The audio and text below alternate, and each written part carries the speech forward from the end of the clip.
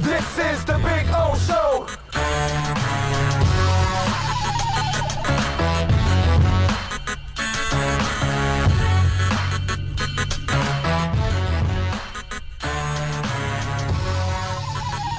Oh, yeah, we are ready to rock and roll, baby, from the beautiful Toyota of Hollywood, 1841 North State Road 7. We're out here having some fun like we do every Thursday, and we got a lot of things to talk about today on the program because there's a lot of things going on in the world of sports, got some pop culture, got some music. I mean, we got a loaded 4 hours today of talk while we're out here at Toyota of Hollywood. First of all, they started with the Astros this morning, and I was listening to a lot of the press conferences from the owner to the players and listening to their sound bites on MLB radio on Sirius and listening to the owner, who I got to tell you really is the problem with this entire Astros situation is that nobody has credibility, okay? And when the owner comes out and he even tells you that he doesn't think that they had an advantage and that he doesn't owe an apology to anybody and that he doesn't know exactly what went on completely in the investigation, the fact that they didn't do their own internal investigation, the fact that they're not holding anyone else accountable because this was player driven and it was created by the players and management allowed it to happen. I'm sure they knew about it, and that's why in all of this they really approached it the wrong way. And I know that a couple of the players, Bergman came out again, had another statement that was weak. I saw that Altuve came out and he kind of apologized, but not really. And they're not apologizing directly. They're not saying that they cheated. You know, the owner won't say they cheated. Do you know why they're not going to say that? Do you know why they're not going to apologize either? Because then that would completely admit that they were, defacing the game. And because of that, then people will tell you, well, now you got to give up the title. And that's why they don't go to the extreme of, well, that's why the owner's going to say, well, I don't need to apologize, because if I apologize, then I am admitting that my team cheated and got an advantage. Whereas, the owner came out. I heard it myself a couple of times when he was asked, and he said that his team did not have an advantage, which is a joke. Of course you have an advantage. You have a major advantage. Like I've said before, you and I can know a fastball, an inside fastball is coming, a high fastball is coming, a low fastball is coming. We're still not going to hit it. You and I can know it's a breaking pitch, it's a curve, it's a screwball, it's a forkball, it's inside, outside, what? We're still not going to hit it. But those guys, are you kidding me? When those guys know exactly what pitch is coming, forget about it. And if you actually are able to tell them the pitch and the part of the zone, it's over. They know not to be ahead of the pitch. They know not to wait. They know exactly what to do.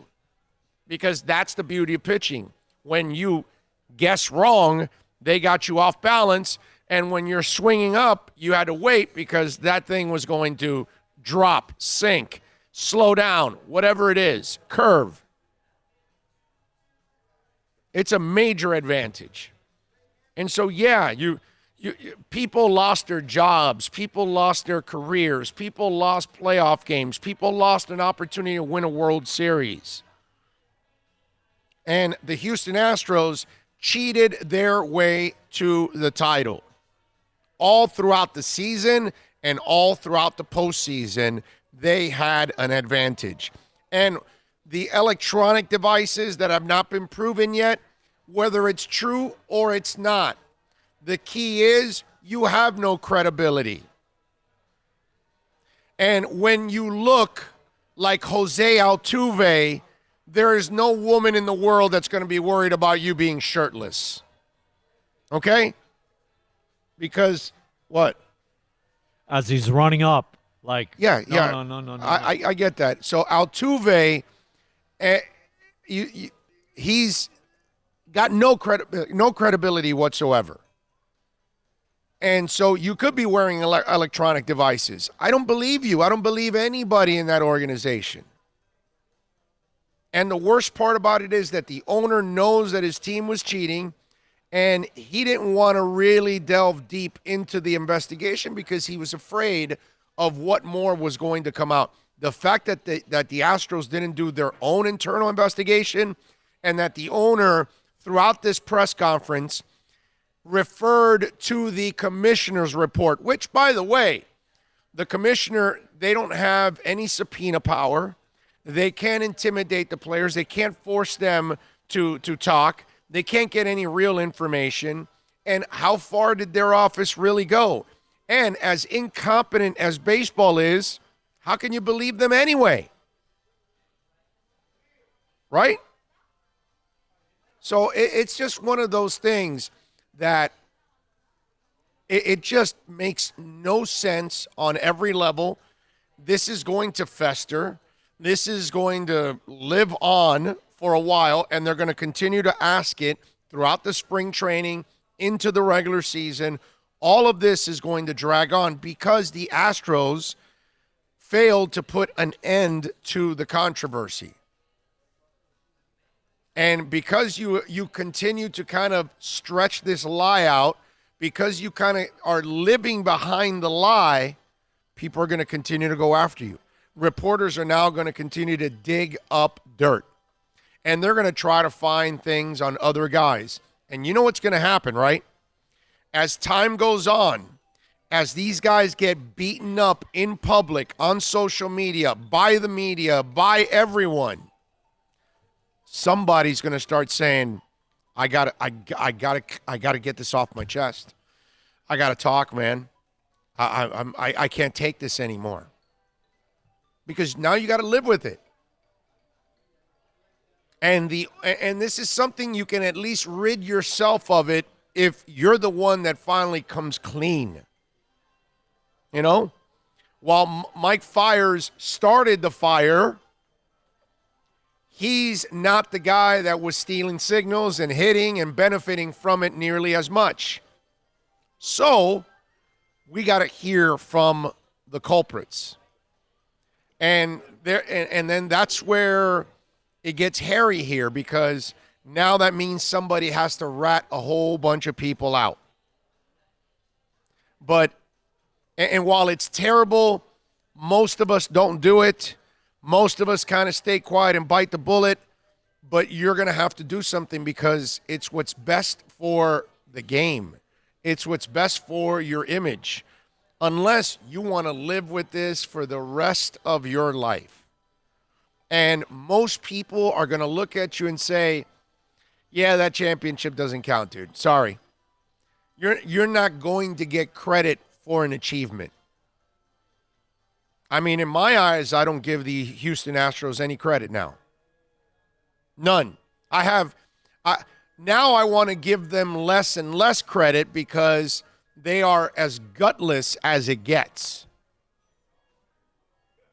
Listen, man, you're going to make a mistake or 2 or 10. I'm going to make 300 to 400 of them. But we can't make excuses about them. We can't hide behind the lie. We got to face the truth and say, okay, we screwed up. This is what I did. This is my fault. For whatever reason I did it to get a competitive advantage, I now recognize and realize that what I did, at that moment, I might have thought it was the right thing to do, and I didn't think it was that bad, and I was taking advantage of the system. But what I did was I took advantage of the game. I cheated my opponents, and I won something that I don't deserve. At least you can respect that. at least you want to come clean and come forward because you clearly had an advantage. And so that's why when we see everything that's going on, this is going to live on for a while now. Because, and this is a terrible example for everybody out there. Not just kids, man, okay? For adults, too. Because kids aren't the only ones that are screwing up. Obviously, this is an adult-driven mistake. And the adults aren't acting like adults, including the owner, who, it's actually, when I look at the owner, it's disgraceful the way he's carried himself with all of this. You fire two guys that, okay, they got to take some of the blame for it, but the players aren't held accountable. Baseball doesn't hold the players accountable. Players Union, by the way, I know they got to do their job, but they're protecting a bunch of cheaters also. Nobody is helping this situation out. No one. The people that broke the rules aren't willing to come forward and come completely clean about it. That's why they met for so long yesterday and they didn't allow anybody in, because they're all trying to get their story straight. All right, so how are we going to attack this? How are we going to attack our cheating scandal? And what's the lie we're all going to use? What's the loophole we're all going to hide behind? Commissioner's report. That's exactly what we're seeing. And so nobody's doing the game any good anywhere. Not the violators, not the people that are above the violators, not the owner, not Major League Baseball, not the commissioner. No one's doing the game any good, because now you're just allowing a cheating scandal to fester. You're allowing all the questions to be continued to be asked. You're not giving any real, concrete, and specific answers. There isn't a real apology where you are truly remorseful about your actions and that you explain your actions. No. Why? Because if we get to that point, then all of a sudden, the next point is stripping the title. And then that's the thing that's going to pick up steam.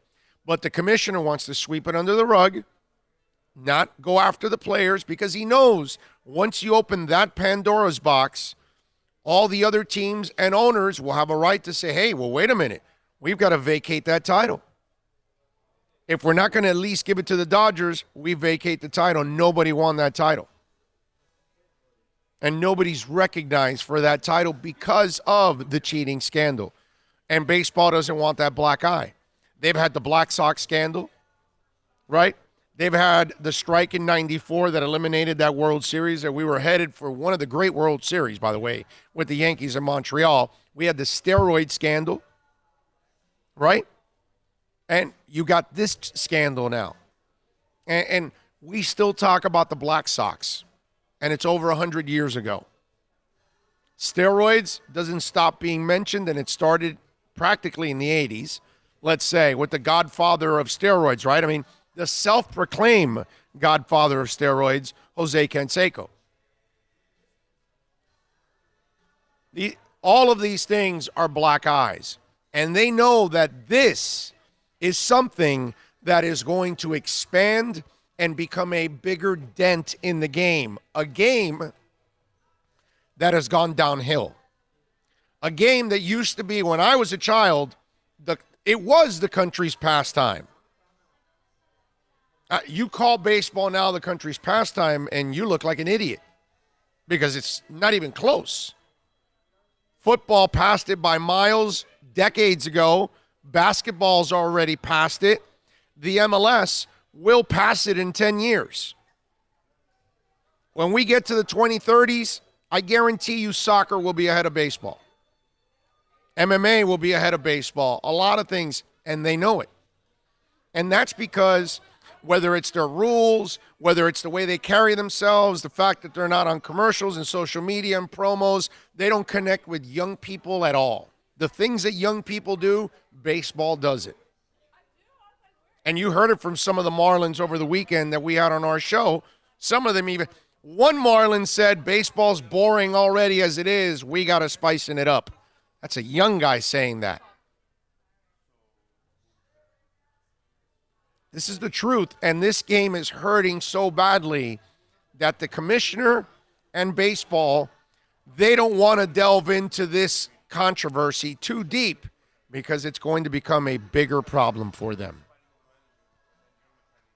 And it's a shame because this is a great moment also to set an example. And baseball, once again, is setting the wrong example. I mean, you went after the steroid users. You're not allowing them in the Hall of Fame. I mean, that's pretty good. You have an opportunity here.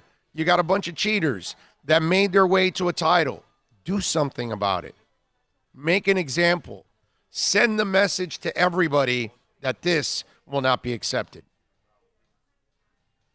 By the way, we're out here at Toyota of Hollywood, 1841 North State Road 7. Come on out here, man. I see Herbie out there. He's ready to make you a deal. Steve Ostrov, all the great people out here. Eddie, I mean, you name it. Got great people out here. 1,500 cars and trucks.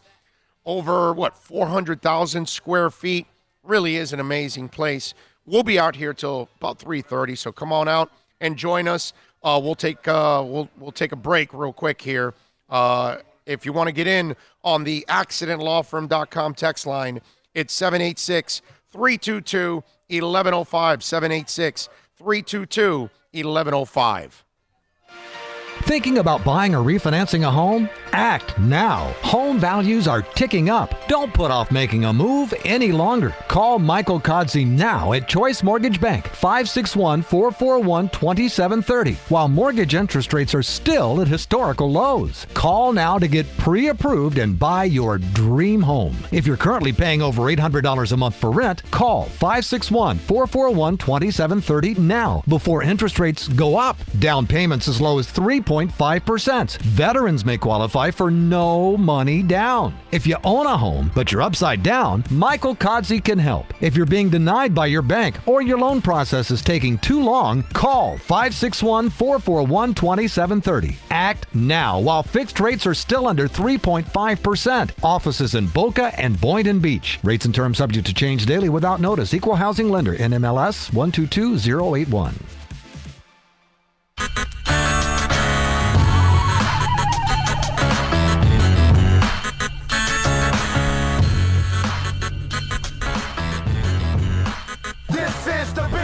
All righty, welcome back.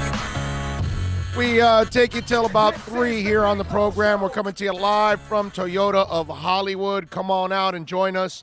1841 North State Road 7 here in Hollywood. Let me see what we got here in the morning already. Peter is in. He's saying, what's up, Big O? Ian from Brooklyn. Sweet spot time, 11 to 3. Michael Garcia saying, what up, O? Need lots of racks? Well, you got to go to Pallet Rack City, baby. Ty from the Bronx. Big O, Bill, good morning, fellas. Thank you. John Santos, hey, Big O. It's me, your corporate time-stealing weasel, listening to the greatest sports broadcast podcast show ever. Thank you, John. Appreciate that, my brother. Make sure they don't catch you watching and listening to the show. All right, we don't want you to lose your job on that, okay? User Tom is what up, guys? They should take the title away, he says. I agree. I got no problem taking the title away. I think baseball is a boring sport. A lot of people think baseball is a boring sport. That's the problem with baseball. Big O, I think you could argue that the UFC has passed baseball today. That's what Go Gators says. You know, Go Gators, that's a very interesting conversation if we broke it down into demographics. If it's people like me and older, baseball's still ahead of UFC. Okay? Because that's the problem with baseball. All its fans are my age or older. And most of their fan base is dying. Okay? Whereas basketball, football, and soccer, they're picking up the younger fans. You know what I'm saying? It's kind of like I'm a heavy metal guy, and I love my heavy metal music. And you go to a Scorpions and a Judas Priest concert alone, and you're not going to be going to a big arena anymore. You'll be going to small and medium-sized arenas at best because they can't fill more than maybe 5,000 or 7,000 seats anymore. That's all. They can't go to the AAA or the BB&T Center. But you go to an Iron Maiden concert, and what do you see that you don't see in Judas Priest or the Scorpions? 3 bands that started in the 70s and are still here now. The difference is Iron Maiden picked up young fans along the way. Every time you go to an Iron Maiden concert, you're going to see kids that are 10 years old, 12 and 15 and 18 and 25. You won't see that at a Judas Priest or a Scorpions concert. You'll see guys my age or older because that's the era of music. That's our time. And you have to evolve as a band. You have to evolve as a business. You have to evolve as a sport. You have to be able to connect with people. And as the times change, you have to change with the times or the times run you over. And that's what's happened in baseball. I mean, Trevor Bauer's rant was classic 2 days ago. And we played it for you yesterday. If you want, you can go back and listen to the podcast from yesterday. You can get that one from Trevor Bauer. And he even talks about how Steph Curry does a bounce pass, and it's on social media, and 1.5 million people have viewed it already. Mike Trout hits a home run, and it can't be found anywhere in social media. He's right. Because baseball and its players, they don't get involved in social media. Where are young people? Social media. Don't worry about people my age or older. We're not living on social media. I do because I've got a business. I've got something. What I do, I better be a part of social media or the business is going to run me over. So I've got to be a major player in social media. Or if not, forget about it. It kills me. That's why we're on YouTube right now where you can watch us. You can talk to me on my Twitter page at Big O Show because I have adjusted with the times. As things change, we change. I've done radio for 30 years. I'll be on Sirius on Sunday and on Monday this week, our Mad Dog channel. But I'm not doing normal radio that much anymore. One, I don't nearly like it as much. I like satellite. Terrestrial radio's garbage. But now I have switched over to podcasting because this is where we're going now as a society. Everything's on demand. Netflix, Amazon Prime, Hulu, whatever. Your music is on iTunes. It's all on demand. Your talk radio is becoming on demand. People like to, okay, I'm going to listen to this person, that person, because I like them, and I'm going to listen to less commercials. You know it. I talk for an hour here. I talk for 4 hours a day. You might get a total of, 12, 15 minutes of breaks in 4 hours. 4 hours, I take about maybe 10 to 15 minutes of breaks. In terrestrial radio, it's a half hour every hour. Half the hour is breaks. It's like simple to do terrestrial radio because half the time you're on a commercial break. And that's why terrestrial radio's dying. That's why podcasting is exploding. Because people don't have time to sit there and listen to commercials. People don't have time to watch commercials anymore. No, I'm going to go to Netflix and just watch it. I don't need to watch anything else. I just watch my entire show without any commercial breaks. I'll get the commercial break at the beginning of when I switch it, that I got to watch that 30 seconds. When you play our podcast, we got a 12, 15-second mention. That's it. Those are our sponsors. We have our sponsors. We're here at Toyota of Hollywood, but we're not here for a half hour out of the hours to tell you about 400 commercials. We can't do that. You don't have time for that anymore. You got to change with the times. Baseball has not changed. Baseball stays old. Baseball stays just stuck in its unwritten rules. And the commissioner knows that he cannot afford. He doesn't know a lot about the game, Rob Manfred. He obviously came up with a lot of really stupid rules that they want to change the game because they think they need to change the game. No, you don't need to change the game. What you need to do is change the way you present the game. Change the way you reach out to your audience. Okay? That's where you got to have a social media hub in every team and people that are just working social media for you on a consistent basis. And then on the other side, players have to care about selling the sport themselves. Basketball players sell the NBA. Football players sell the NFL. Soccer players sell soccer. They're having fun with each other. Like the other night, but we just talked about it, Joel Embiid and Jimmy Butler. Joel Embiid's going back and forth with the Sixers fans. They're booing him. He's like all this and that. Oh, well, you know, if you've lived long enough, you'll be the villain. And here comes Jimmy Butler on another team on social media, comes back and says, hey, I know where they welcome villains. Kind of like saying, hey, over here at the Miami Heat, we'll welcome you. And he comes back, and then that stirs it up. And that puts it front and center in the news.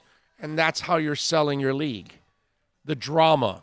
Not that it meant anything. Not that Embiid is ever going to leave the Sixers. They're not going to trade him. But you're having fun with it. You understand? And I talked about this yesterday. Baseball was well on its way to do some of this stuff because Ricky Henderson was made for social media. Jose Lima and Lima Time made for social media. Babe Ruth was made for social media. You got more money than the president. I had a better year. That's social media right there, dude. To this day, it's 100 years later. And I know that quote from Babe Ruth. And if you follow baseball long enough, you'll learn that quote yourself. And you'll learn about him calling his shot, whether he did it or not or whatever. That's all the kind of stuff that would roll in today's world. So it's not like you never did it. Okay? Not that you really want Billy Martin fighting with Reggie Jackson, but that's social media in today's world. I'm just saying. It's not like baseball has not had color in the past. They've had plenty of colorful, characters in every way, shape, and form. Earl Weaver would have been great for social media. Can you imagine him coming out, going out after him? I'm sorry for you youngins out there that have no idea what the heck I'm talking about. But Earl Weaver been filmed throwing sand on guys and this and that and going nuts. You know how many times that would have been? That would have been on social media, filmed, and it would have been played over and over and over again. And Earl Weaver goes nuts, 3 million views. You got the colorful characters. You've had them in the past. But no, in today's baseball, oh, you hit a home run? Oh, no, we got to pluck you the next time. The hell is that? Strike him out is what you're supposed to do. Okay? Not get mad that he hit a home run on you. That's his job. Throwing at him, that doesn't do us any good. What are we trying to do? Hurt each other here? You want to hit somebody in the head and cause a concussion? That doesn't make any sense. But that's baseball. Oh, the guy hit a home run. Let's pluck the next guy comes up. What is that? Strike him out and then do all your fist pumping on the mound that you got him out this time. And the next time he hits a home run off of you. And at the end of the game, you guys go back and forth on social media having some fun. Fun. That's what I'm talking about. They have fun in the NFL. They have fun in the NBA. They have fun in soccer. They score a goal. They're running around. They're sliding on their knees or on their bodies. They're taking off their shirts, all that stuff. Bicycle kick, you name it. It's all on social media. Kids loving it. That's how you connect, man. Baseball is it's drowning in its own crap, that it's in this abyss that it's never going to get out of because it doesn't realize how to sell the sport. It's not about changing the rules and the 3-batter maximum and you're going to move the mound and that you're going to – no. Game's been around for 100 years. It's not about changing the game. It's about changing the presentation of it. And that's their biggest problem right now. That's their enormous problem at this point in time. I had an enormous problem, my teeth. Bottom teeth, I needed to straighten them out. So I called, of course, Eric Mudias at Mudias Dental, 305-821-0231. I got my Invisaligns. And I'm in my, fifth stage of my Invisaligns. Every Tuesday, I get a new one. And I can already see the bottom teeth getting straightened out.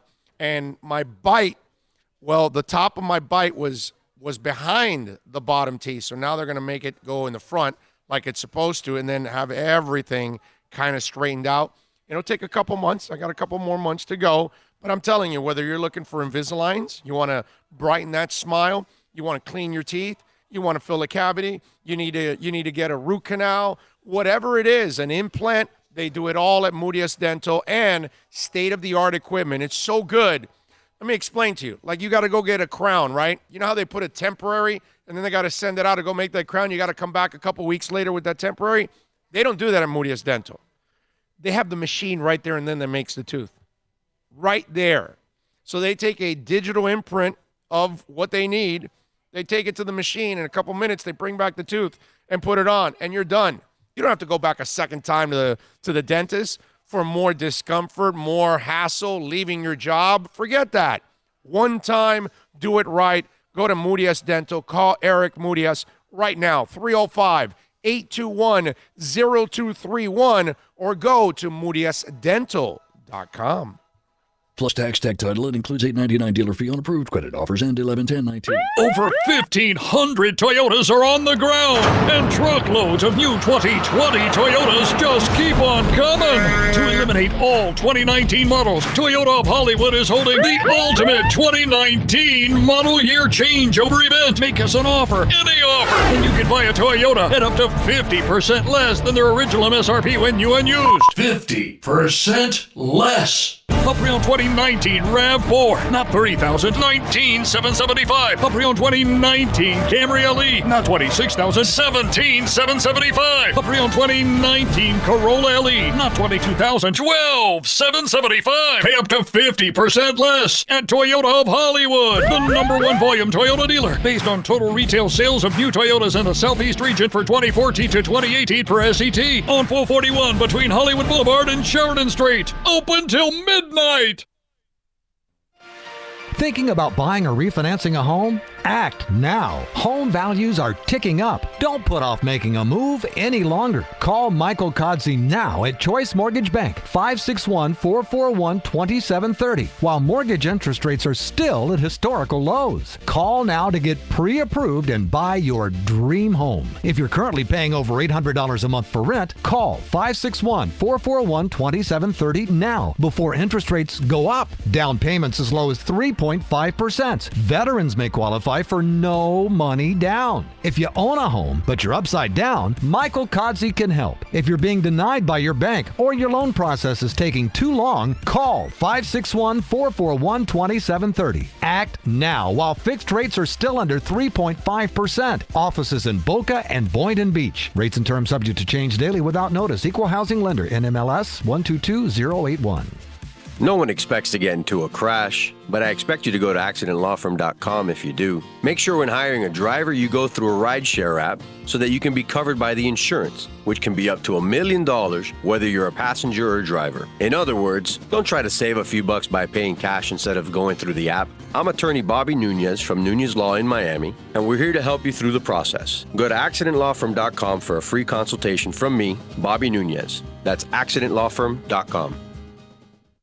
America's safest and best-selling compact luxury SUV is at Acura of Pembroke Pines, and this is how we do it. RDX, $339 a month at Acura of Pembroke Pines, the #1 volume Acura dealer.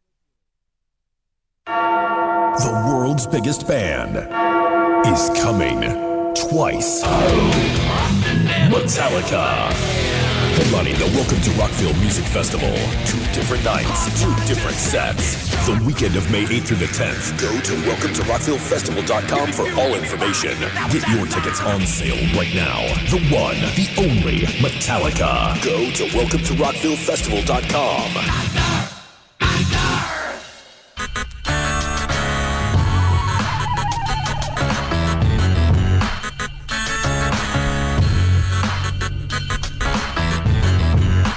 This is the Big O Show. This is the Big O Show. All righty. We are back here at beautiful Toyota of Hollywood. And welcome back. We take you till about 3 o'clock. Andre Fernandez will join us in the final hour. We'll get his thoughts on the game yesterday after they ended up losing to, of course, the Utah Jazz last night. That would have been a nice win last night if they were able to pull that one off.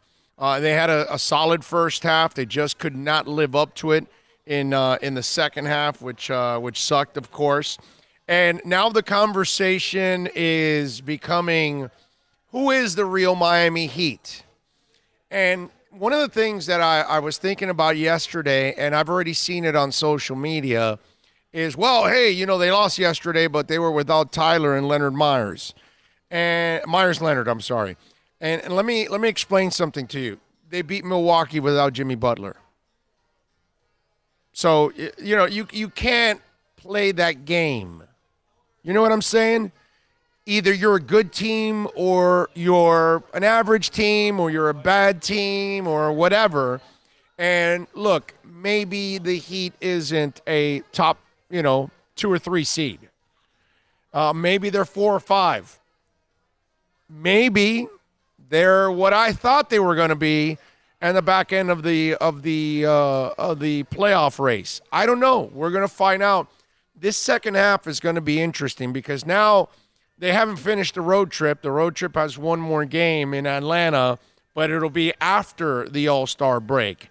So players now are off till the 20th, I believe, and then they'll play Atlanta when they come back from the All-Star break and pick up where they left off. So now they've got about a week here to rest, and then they'll restart the second half. And remember, several of their players will be at All-Star weekend. You've got a Heat player in almost every event. And let me tell you, as a guy that doesn't watch the All-Star game, I'm going to end up watching it this year because of Bam and because of Butler, actually. I'll watch these guys. So it's going to be pretty cool to watch all these Heat players. But, talking about the game and where the Heat stand, that's the discussion right now. Is, all right, so are they good? Did we get fooled? Was it a hot start? Are they now coming back to reality? Those kind of things. That is really the issue that's going on with the Heat, and everybody's got their opinion. Time will answer all of this. Look, the Jay Crowder addition was a good thing. See, that's where you can't say, well, we're missing Tyler Hero and we're missing Myers-Leonard. Well, yeah, but you didn't have Andre Iguodala and you didn't have Jay Crowder. So now you've got Jay Crowder and Andre Iguodala. You got to find ways. If you're a good team, you'll find ways to win some of those games like you did against Milwaukee without Jimmy Butler, right? And that's why this excuse about, well, these two guys were out and that really hurts. It does. Of course it does. But that doesn't really define what happened last night. You know what happened last night is that maybe you're not that good. And you're certainly not that good on the road. You're 13-16 on the road. So you're a bad team on the road. And let's be honest. you're getting worse on the road. You're not getting any better on the road. You're getting worse on the road as the season goes on. Your record is taking more of a hit as the season goes on. You're becoming more of the team that maybe is in the bottom ringer of the playoffs. So it'll be interesting to see how this Heat team bounces back, because they should be somewhat healthy now when they come back from the All-Star break. Because you would imagine that Myers Leonard and Tyler Hero could be back already by that time and ready to go. So you'll have a full complement of players. You're going to be pretty damn deep already with your roster. Not a lot of excuses. Now you got to find a way to get that consistency.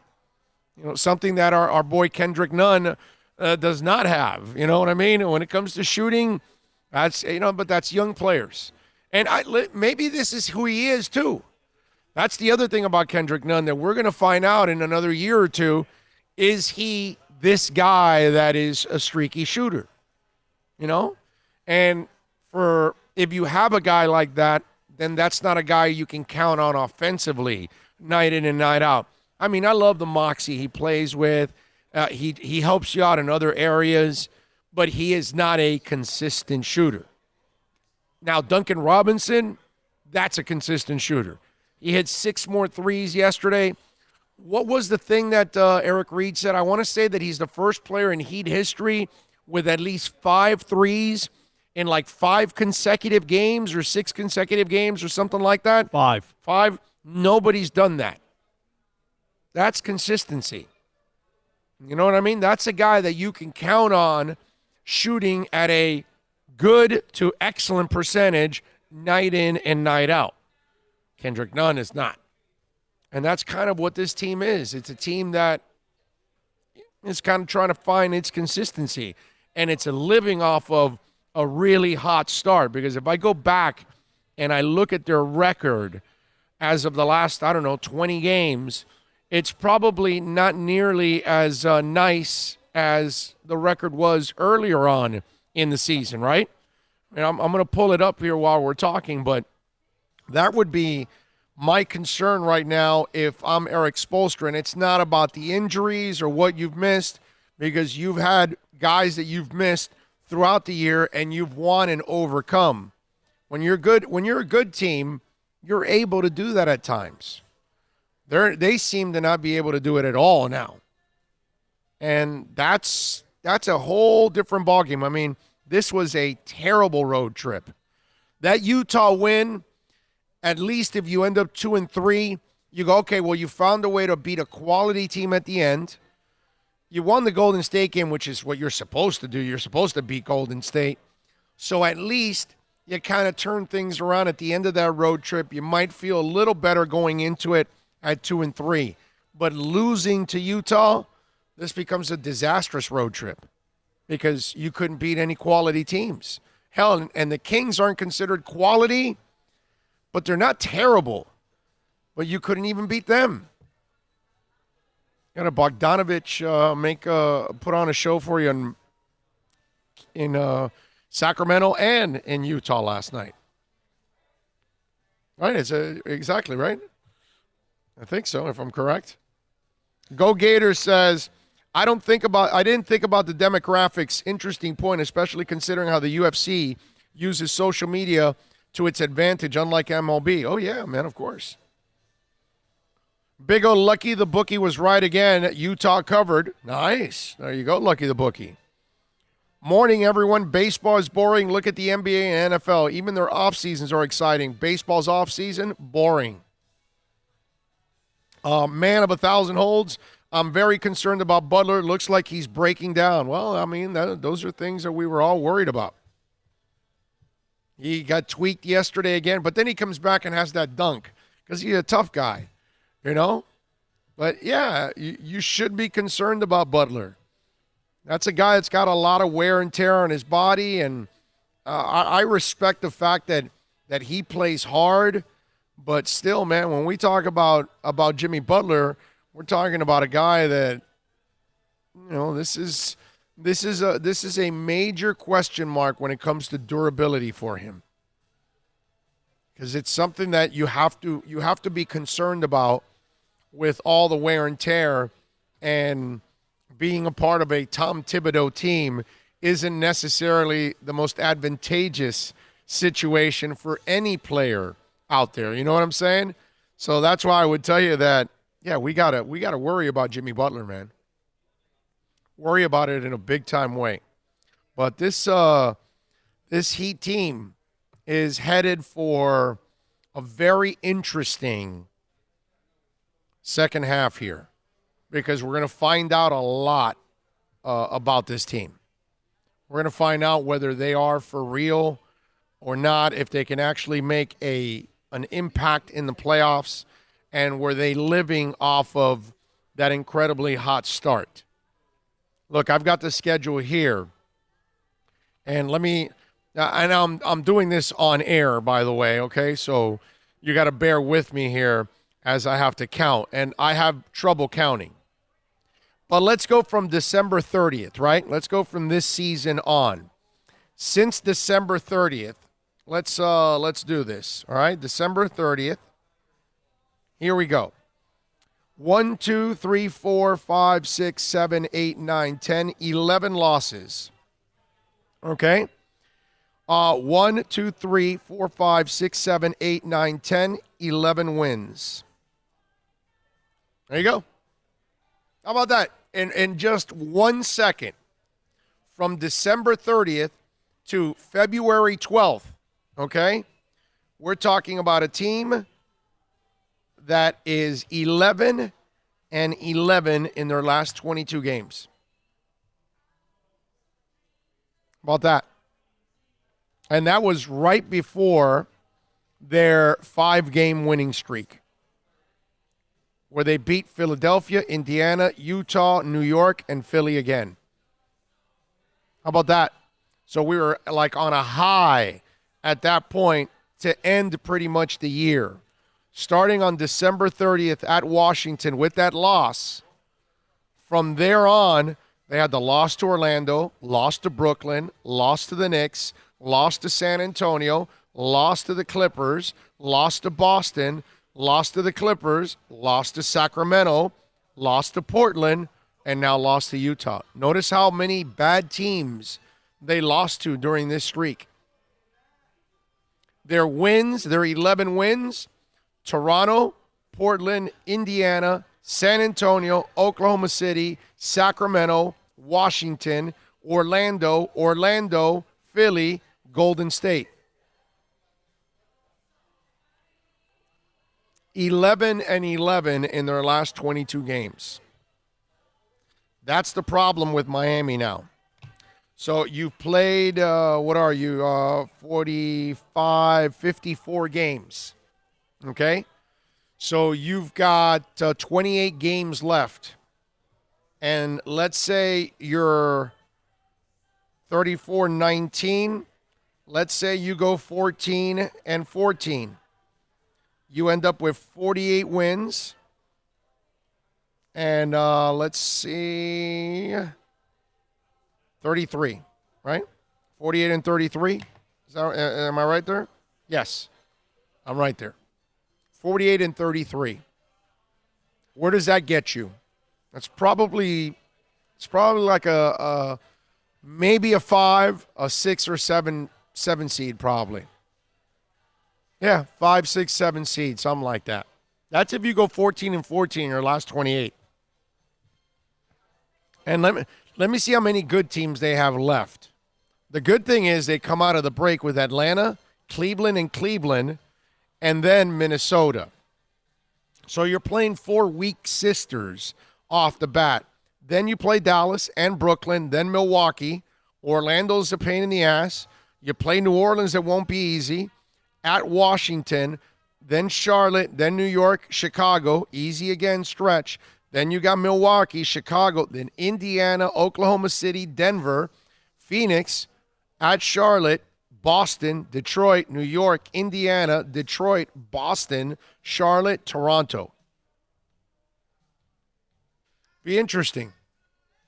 Let's see how they handle the final 28 games of the season. They got their share of easy ones and they got their share of hard ones. But if you look at their last 22, they've got plenty of losses to bad teams. And they got a few wins against good teams too. Inconsistency, man. That's your Miami Heat. That's all you can say. All right, let's take a quick break here. If you want to get in, it's really simple. 786-322-1105. That's 786-322-1105. Let me tell you about VSS West Pines. I love talking about Hoser and all the great people out there, whether you're going to go see Jose, who, by the way, we call him Trex. We got Jason out there. We call him Trex. We got Alex that we call Frog. We got Tommy. We got Jose, which we call him the Dude. And we got also Sasha, which I call her the responsible one. VSS West Pines. You got to get on out there. 12397 Pembroke Road, folks.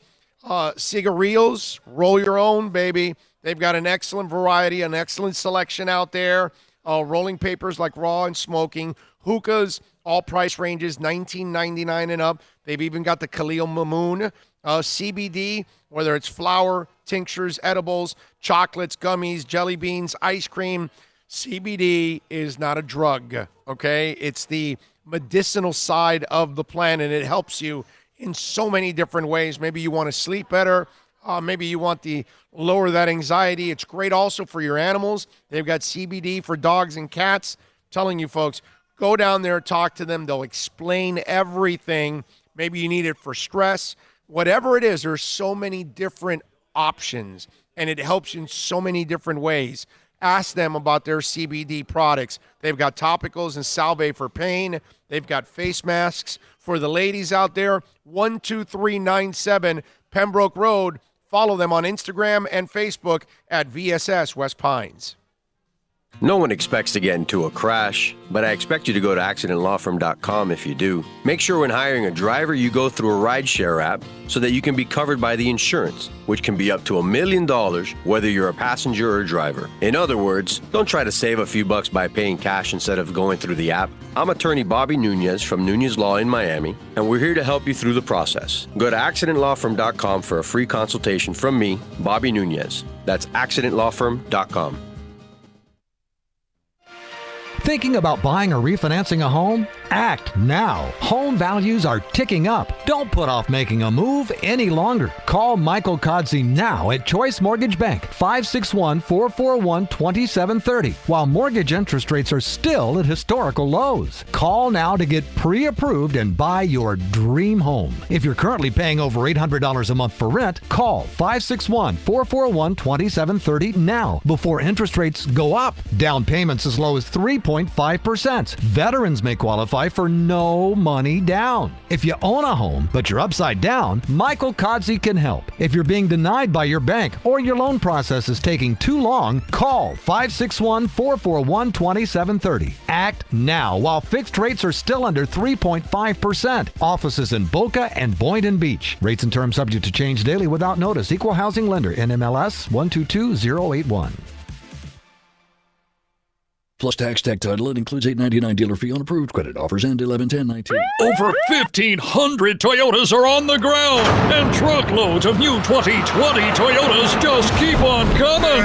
To eliminate all 2019 models, Toyota of Hollywood is holding the ultimate 2019 model year changeover event. Make us an offer, any offer, and you can buy a Toyota at up to 50% less than their original MSRP when new and used. 50% less. A pre-owned 2019 RAV4, not $30,000, $19,775. A pre-owned 2019 Camry LE, not $26,000, $17,775. A pre-owned 2019 Corolla LE, not $22,000, $12,775. Pay up to 50% less at Toyota of Hollywood, the #1 volume Toyota dealer, based on total retail sales of new Toyotas in the Southeast region for 2014 to 2018 per SET, on 441 between Hollywood Boulevard and Sheridan Street. Open till midnight. The world's biggest band is coming twice. Metallica. Headlining the Welcome to Rockville Music Festival. 2 different nights, 2 different sets. The weekend of May 8th through the 10th. Go to welcometorockvillefestival.com for all information.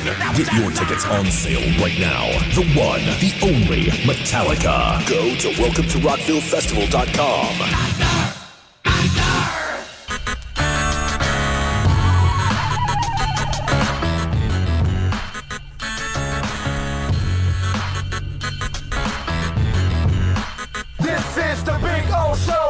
That's what they tell me.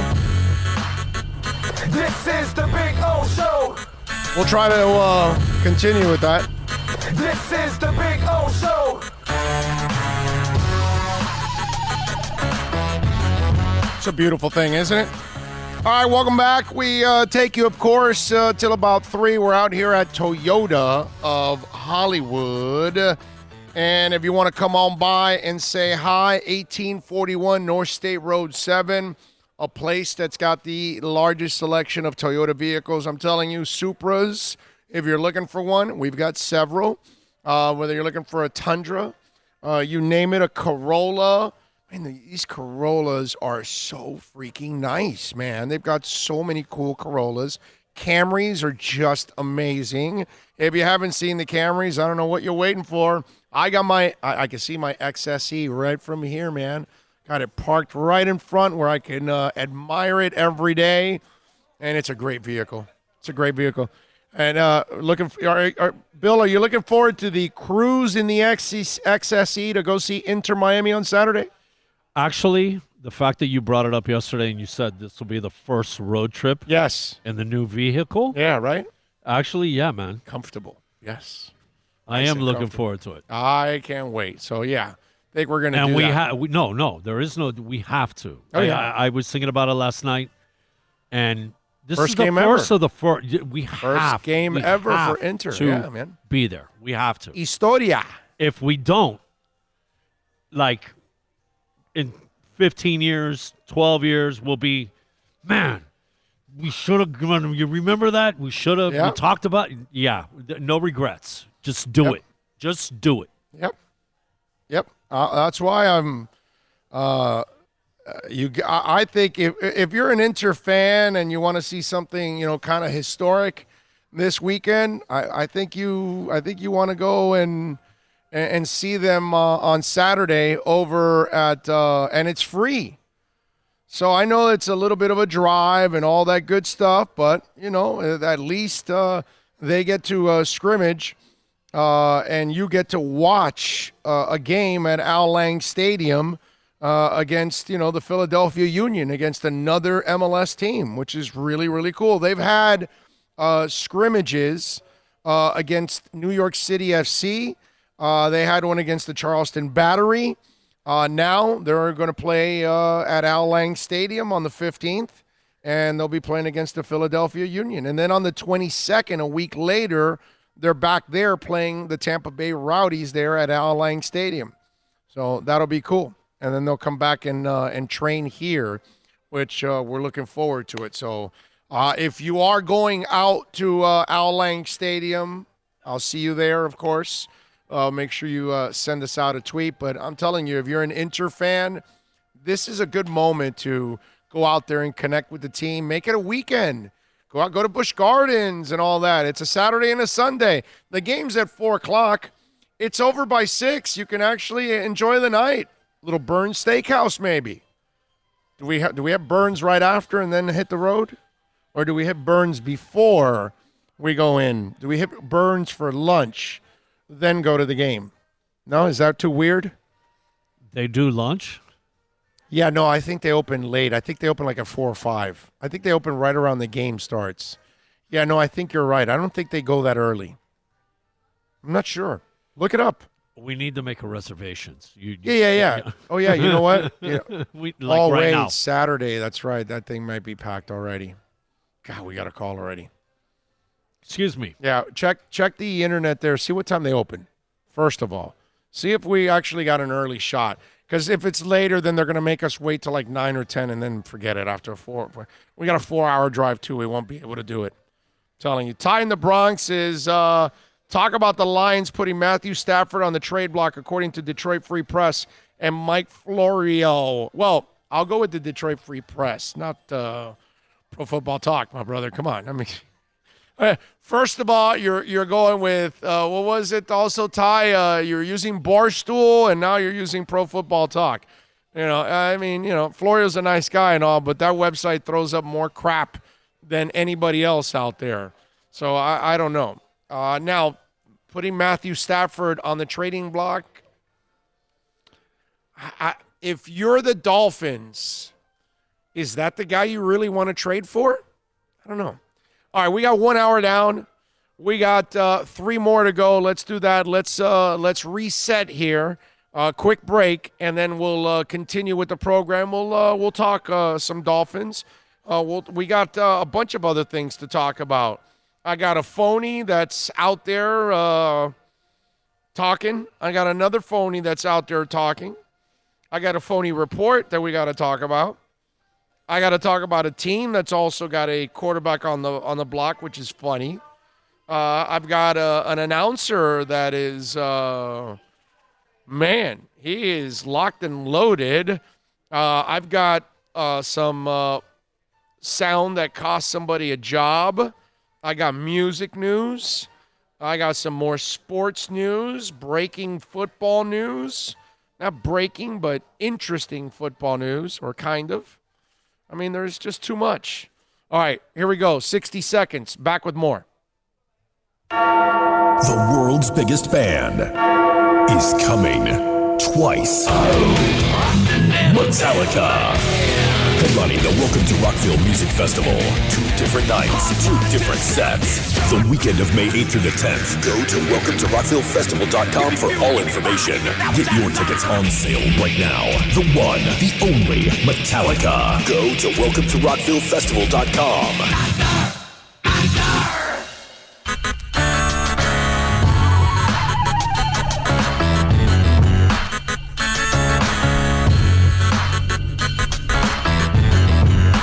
This is the Big O Show. This is the Big O Show. This is the Big O Show. Told you we'd be right back. All righty, we continue the talk as always. If you want to get in on the accidentlawfirm.com text line, it's 786-322-1105. That's 786-322-1105. If you want to get in on the accidentlawfirm.com text line, you can also reach out on Twitter at Big O Show, on our YouTube page. If you want to get in on the chat board there, which of course you can always get in. Peter goes, dude, you just came back from a break. Brother, it's the top of the hour. I got to reset. So we have our second hour to go in. Relax. It's 60 seconds. You can wait. We're back. We're not making you wait 8 or 9 minutes in every break. I've taken, maybe 4 minutes, 3 minutes in the whole hour. Chill. Chill, Peter. Okay? Nobody does what we do anyway. What else do we have here now? So we've got this story coming up on Pro Football Talk that my boy here brought up, Ty in the Bronx, talking about Matt Stafford being put on the trade block according to the Detroit Free Press, is what it's saying here. It says, the Out of the Honolulu Blue report, WDIV-TV in Detroit, is that the Lions are engaged in trade talks regarding quarterback Matt Stafford, likely comes from the pre-free agency efforts of agents who represent other quarterbacks to line up deals for their own clients by scaring away other agents who represent other quarterbacks from potential landing spots. For example, spreading the word that a team like the Chargers, Colts, or Buccaneers will be trading for Stafford, the agent then in theory can work on getting a deal done for his or her own client with one of those teams while the agents may steer clear. It goes like this. Agent John Doe wants to get his client Joe Turdball, a potential future Hall of Famer, as discussed in recent editions of PFT Live, signed by the Buccaneers. Other agents representing Turdball's peers want their own client to be signed by the Buccaneers. So if John Doe can make other agents think that the Buccaneers may trade for Matt Stafford, other agents may waver. just enough to allow a preliminary deal to get done between the Bucks and Mr. Turdball. Okay?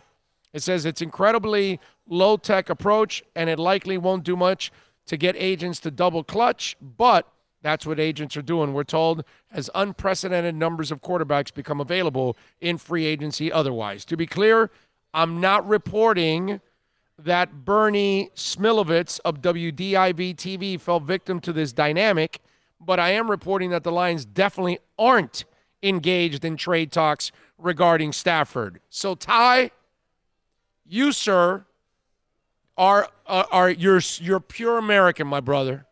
Pure American. You fell for a headline, and you didn't bother reading the story. Typical lazy American. Well, look, PFT's reporting that they're on the trade block. But did you read the story, Ty? Did not read the story.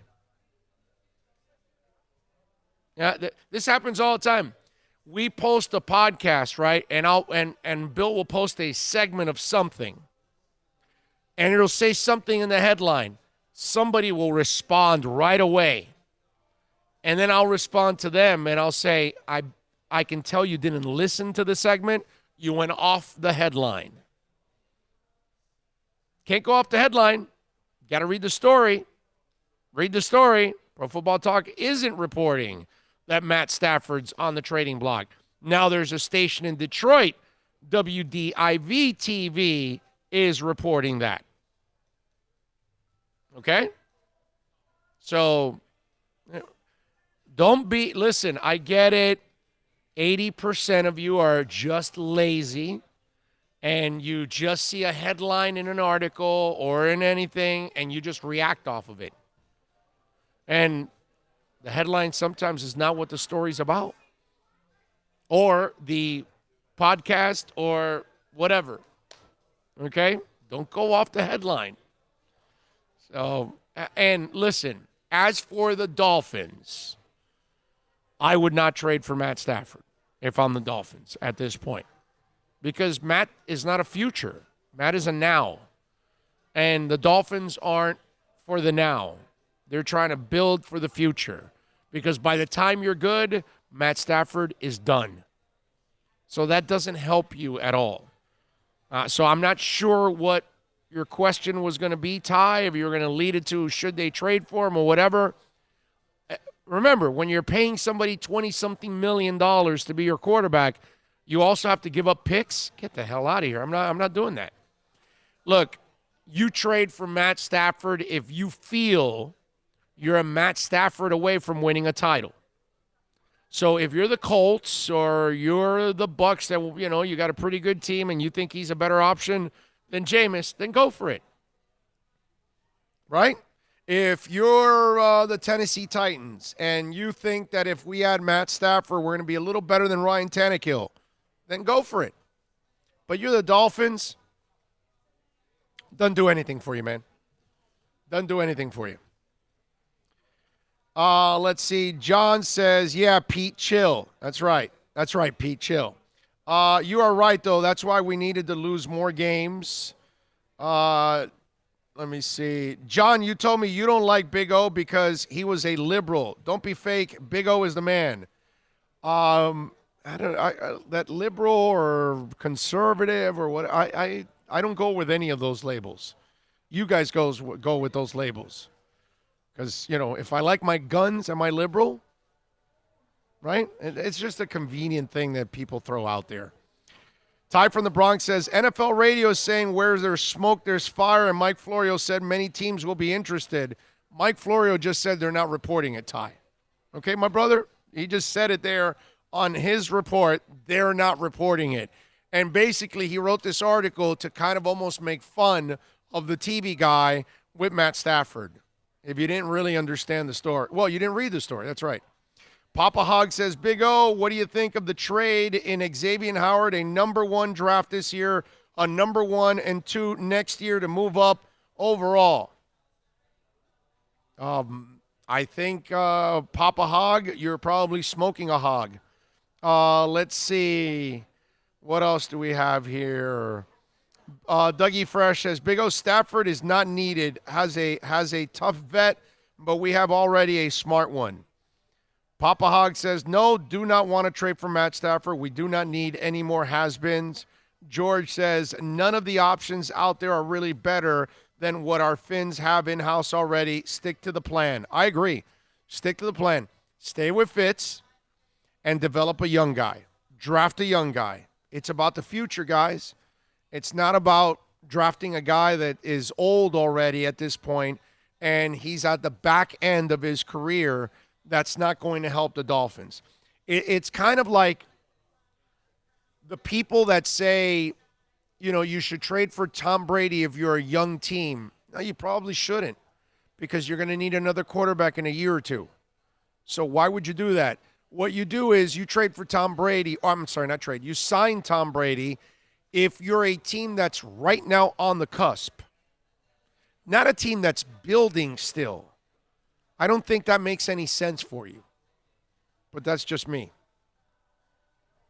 Let's see. What else do we have? 100%. Oh, okay. Well, thank you, George. Appreciate it. Appreciate it big time. Thank you. And you guys can continue chiming in on the YouTube chat board. As always, we'll check it and we'll give you the latest. But for Matt Stafford, that does nothing for me.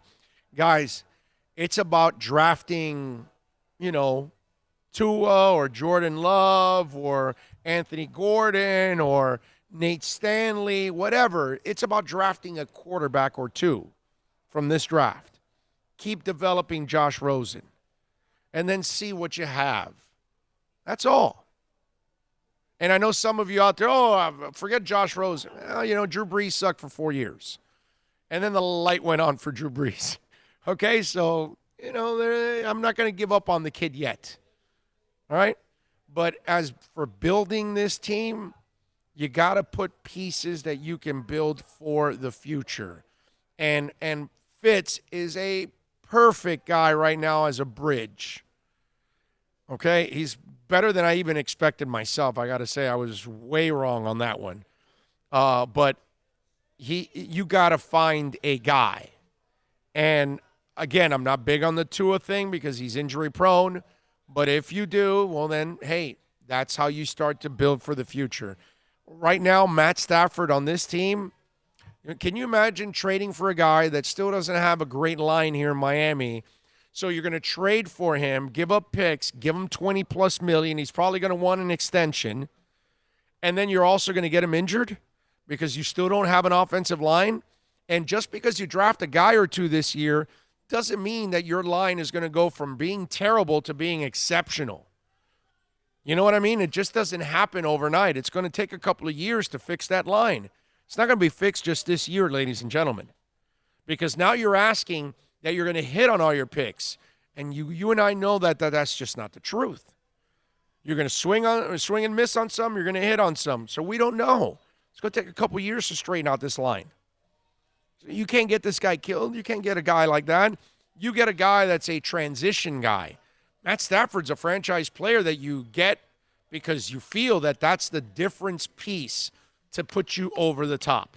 If he's not that guy, then you don't trade for him or you don't sign him if you're that team. As for Miami, you're in a completely different stage. You're in a building stage. That's not a quarterback you get to build right now. He's not young anymore. How old is Matt Stafford? I want to say he's got to be either 29 to 31 or something like that, right? I would say. Because he's been in the league for a while. Let me see where it's at here. Here it is. He is 32. No way, man. No way. I'm sorry. I am not going to get that. And here's the other thing about Matt Stafford. And take it from a guy that like Matt Stafford coming out of college. He's been good. He's not a great quarterback. Because the great ones tend to stay away from that bad mistake. And he doesn't. He will make that lazy throw, that off-balance throw, and get you in trouble too. So even if you're a contender, you still have to kind of bring the reins in a little bit with him. In other words, let me tell you something. The Bears and Tennessee would be great for him. Matt Stafford, in a perfect world, you'd like to keep him under 30 throws. You'd like to have a completely dominant running game and line, kind of like what Dak Prescott has, and I think you can make him more efficient. But if he's a guy that has to ad-lib more and has to kind of stretch plays out and make more plays because you're more dependent on him, that doesn't mean that he can't, what I'm about to say. He can. He can get it done for you, but it's going to cost you at times. And sometimes it might cost you a game or two because he'll make that throw that you just cringe. You know what I'm saying? And that's what you have to be careful with Matt Stafford. So that, I'm not the guy that would want Matt Stafford. Anyway, if the Dolphins were close to a title and that was the difference, I can probably go with, all right, I'll try it. What the hell? There's no better options out there, except for Tom Brady. And by the way, can you imagine if the Dolphins were on the brink of a title and all they needed was a quarterback and Tom Brady becomes available, how much he would love to come to Miami and stick it to the Patriots? That would be pretty cool. But if I was that team that was just a quarterback away and that was my best option, all right, I'll try Matt Stafford. And again, what I told you, I need that environment. Dominant running game in line so I could say, Matt, you're going to make plays for us, but we're going to kind of keep it controlled. We're going to dominate with the running game. We're going to punch people in the mouth. We want to control the clock. We want to minimize possessions, and we want you to take care of the football. That kind of stuff. That's what I would do. But if you let Matt Stafford gunsling, you're going to get in trouble, okay? You're going to get in trouble at times. And I like him, man. I like him, but I got to say that he didn't turn out to be as good as I thought he would be. So I can't say that I was wrong about the pick because he's had a solid career, but I can't say that I was like dead on right on that one. You know what I mean? I can't look at it there. I can say like he's been all right. That's the way I would describe him. Hell of a talent, but he's all right. If it wasn't for those questionable throws at times, that's what makes me cringe about the kid.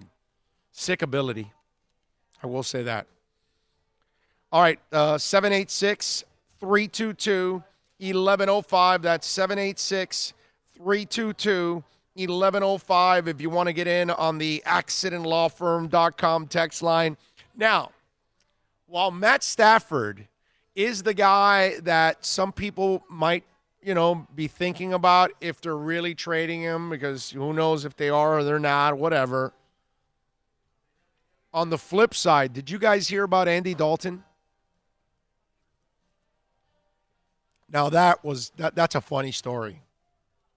I mean, that story's hilarious. It seems to me like a joke and punchline and everything all in it.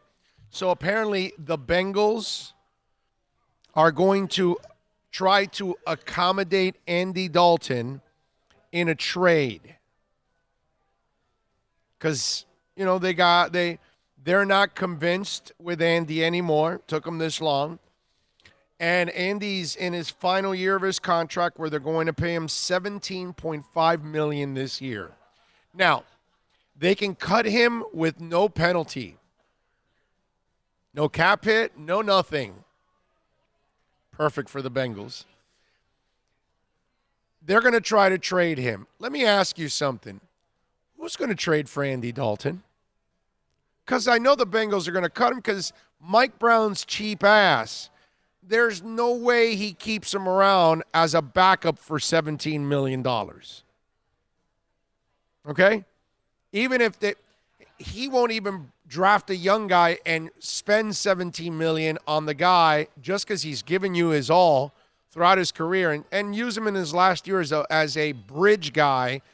So when the young guy you draft this year he's ready to take over. You then push Dalton out, and then Dalton can retire or move on to another team, and he'll probably move on to another team and be a backup somewhere because Andy Dalton would be a really good backup, actually. That's kind of what he is. I mean, let's be honest. Half the starting quarterbacks in this league are really, really good backups, is what they are. They're not really starters. They're really backups, actually. That's what Andy Dalton is. And I've never believed in Mr. Pop Gun, but I find it hilarious that a guy that is owed $17.5 million and a cheap-ass team like the Cincinnati Bengals and Mike Brown are going to keep this guy around when they're already thinking about drafting a kid, developing the future, which is what they should do at this point, because they're going to take Joe Burrow. They're going to take the number 1 pick. You probably will play Joe Burrow right from the get-go. If not, you're going to wait, a month? 6 weeks? I mean, your team's not going to win a lot of games anyway. With or without Joe Burrow, you're not winning a lot of games. You're going to lose a lot. I mean, Joe Burrow is going to have absolute shell shock. The LSU facilities blow away Cincinnati. Okay? The talent he probably had around at LSU was better than the one he's going to have at Cincinnati. The coaching he had at LSU is probably better than the one he's going to have at Cincinnati. The boosters have more money than Mike Brown. I mean, it's just, he's, I'm not going to feel sorry for the kid because he's going to get paid number 1 money. Not that it's like the contracts it used to be. He won his national title, all of that. It is what it is. Enjoy the winning, Joe. But there is no way that the Cincinnati Bengals, I can't see them being successful in trading Andy Dalton. I was trying to think about it. Who the hell wants Andy Dalton at this point? What team do you think Andy Dalton can actually go to as a starter and help out? Think about that. Where do you go if and it's 17-5, so you got to trade for him and pay him. And I know it's not like the end of the world money for quarterbacks at 17-5 anymore. But think about that. What are you trading for Andy Dalton? A 7th rounder, a 6th rounder? You're not going to give up a high pick. That's for sure. What is Cincinnati going to ask for Andy Dalton? Right? There's no way they ask for like a 2nd or 3rd rounder, right? Maybe they'll ask for a 4th rounder. This is an interesting test because Chris Greer got a 4th rounder for Ryan Tannehill. Let's see if they can get something for, because it's the same guy. They're Jags. They're facilitators on their best day. Ryan has a better arm, is a better athlete, but as quarterbacks, they're Jags, both of them. Neither guy's going to carry you. Neither guy's a difference maker. It's the same dude. One's got red hair, one's got blonde hair, but outside of that, it's the same dude. Great guys, fantastic individuals. But as quarterbacks, nothing. So New England going to get them to get by? I doubt that. Buffalo? Doubt that. The Jets, Miami, Baltimore, Pittsburgh, Cleveland, Houston, Tennessee.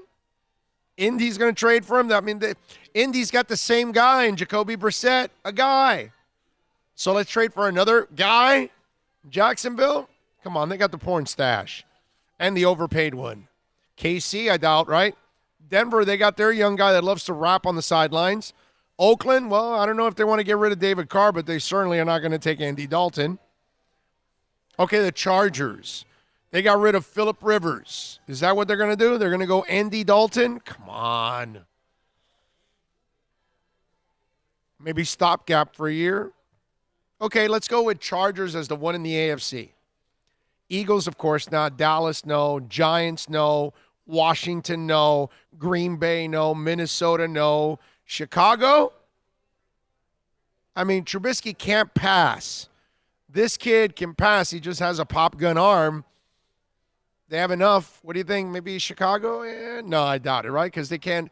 If you get trade for Andy Dalton, you have just admitted that Trubisky is not the guy. And somehow or another, I think Pace and the head coach Nagy, they don't want to admit that they screwed up already. They're not ready for that. Detroit, what? They're going to get rid of Stafford for a guy that's lesser talented in Andy Dalton? I don't think so. New Orleans, Atlanta, Tampa Bay, Carolina. I mean, they got the whole Cam thing. And in Carolina, dude, just say you're parting ways with Cam. I mean, if he was your guy, you'd come out and say it. But anyway, San Fran, Seattle, no. Rams, no. And Arizona, no. But the Chargers, maybe. That's about it, really. Realistically. Who trades for Andy Dalton? Seriously. And if you're the fan base of any of these teams that would actually trade for Andy Dalton, how terrible would you feel about your team? Like if I'm a Chargers fan, which there's like 8 of them left, okay, it sucks. They're no longer in San Diego. They're in L.A.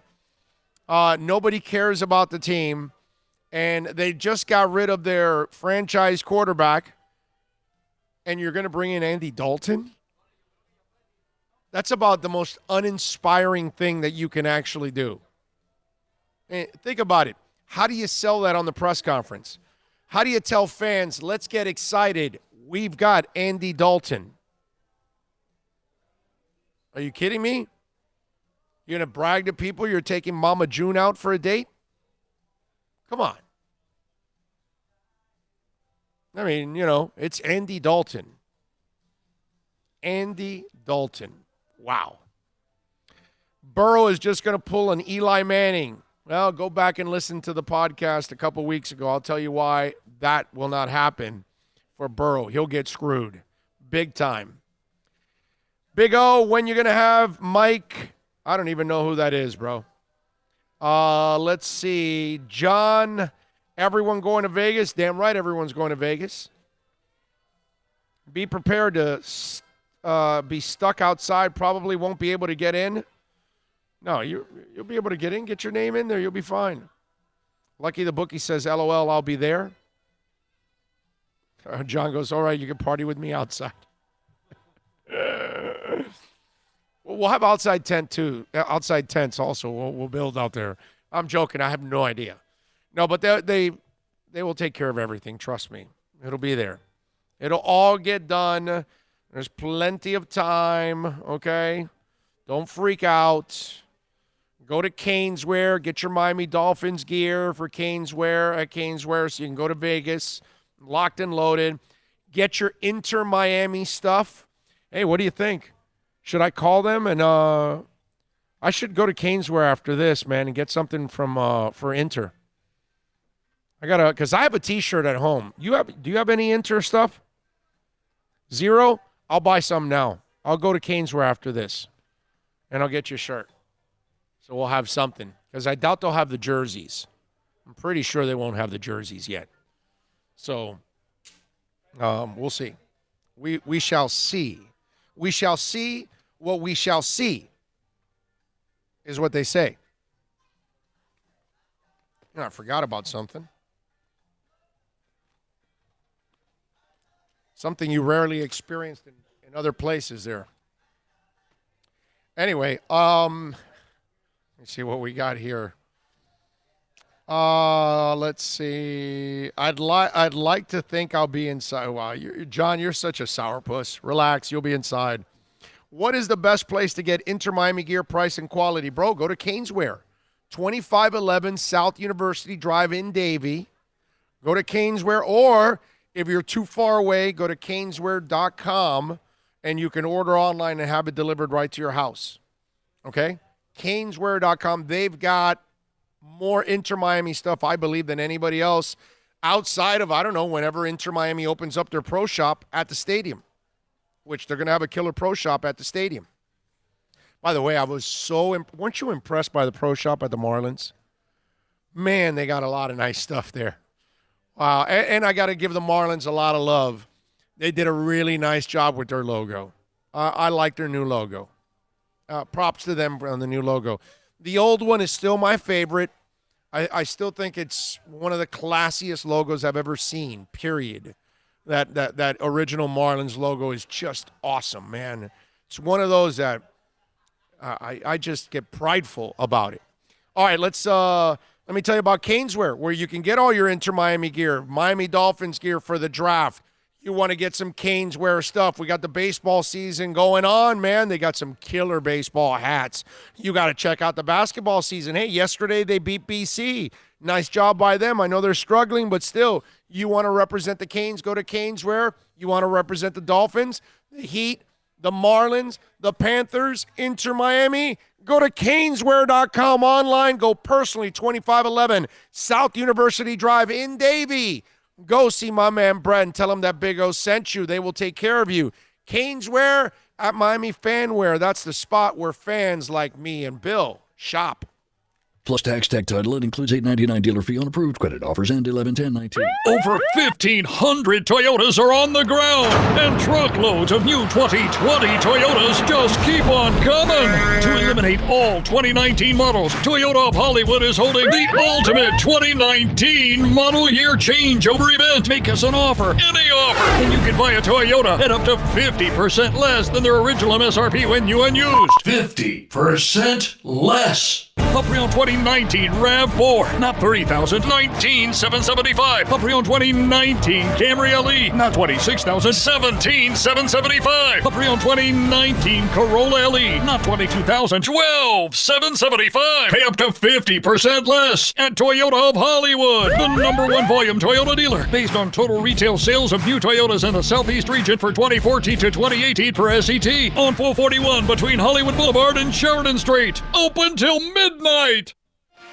Thinking about buying or refinancing a home? Act now. Home values are ticking up. Don't put off making a move any longer. Call Michael Kodsey now at Choice Mortgage Bank, 561-441-2730, while mortgage interest rates are still at historical lows. Call now to get pre-approved and buy your dream home. If you're currently paying over $800 a month for rent, call 561-441-2730 now before interest rates go up. Down payments as low as 3.5%. Veterans may qualify for no money down. If you own a home, but you're upside down, Michael Kodsey can help. If you're being denied by your bank or your loan process is taking too long, call 561-441-2730. Act now while fixed rates are still under 3.5%. Offices in Boca and Boynton Beach. Rates and terms subject to change daily without notice. Equal housing lender. NMLS 122081.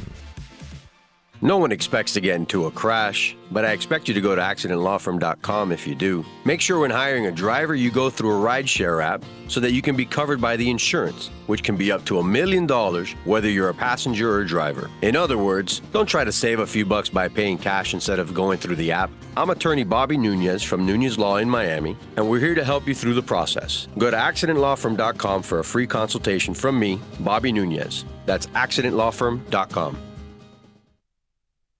No one expects to get into a crash, but I expect you to go to accidentlawfirm.com if you do. Make sure when hiring a driver, you go through a rideshare app so that you can be covered by the insurance, which can be up to $1 million whether you're a passenger or a driver. In other words, don't try to save a few bucks by paying cash instead of going through the app. I'm attorney Bobby Nunez from Nunez Law in Miami, and we're here to help you through the process. Go to accidentlawfirm.com for a free consultation from me, Bobby Nunez. That's accidentlawfirm.com.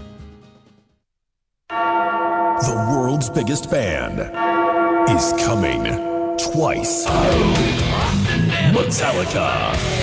Headlining the Welcome to Rockville Music Festival. 2 different nights, 2 different sets. The weekend of May 8th through the 10th. Go to welcometorocktillefestival.com for all information. Get your tickets on sale right now. The one, the only Metallica. Go to welcometorocktillefestival.com.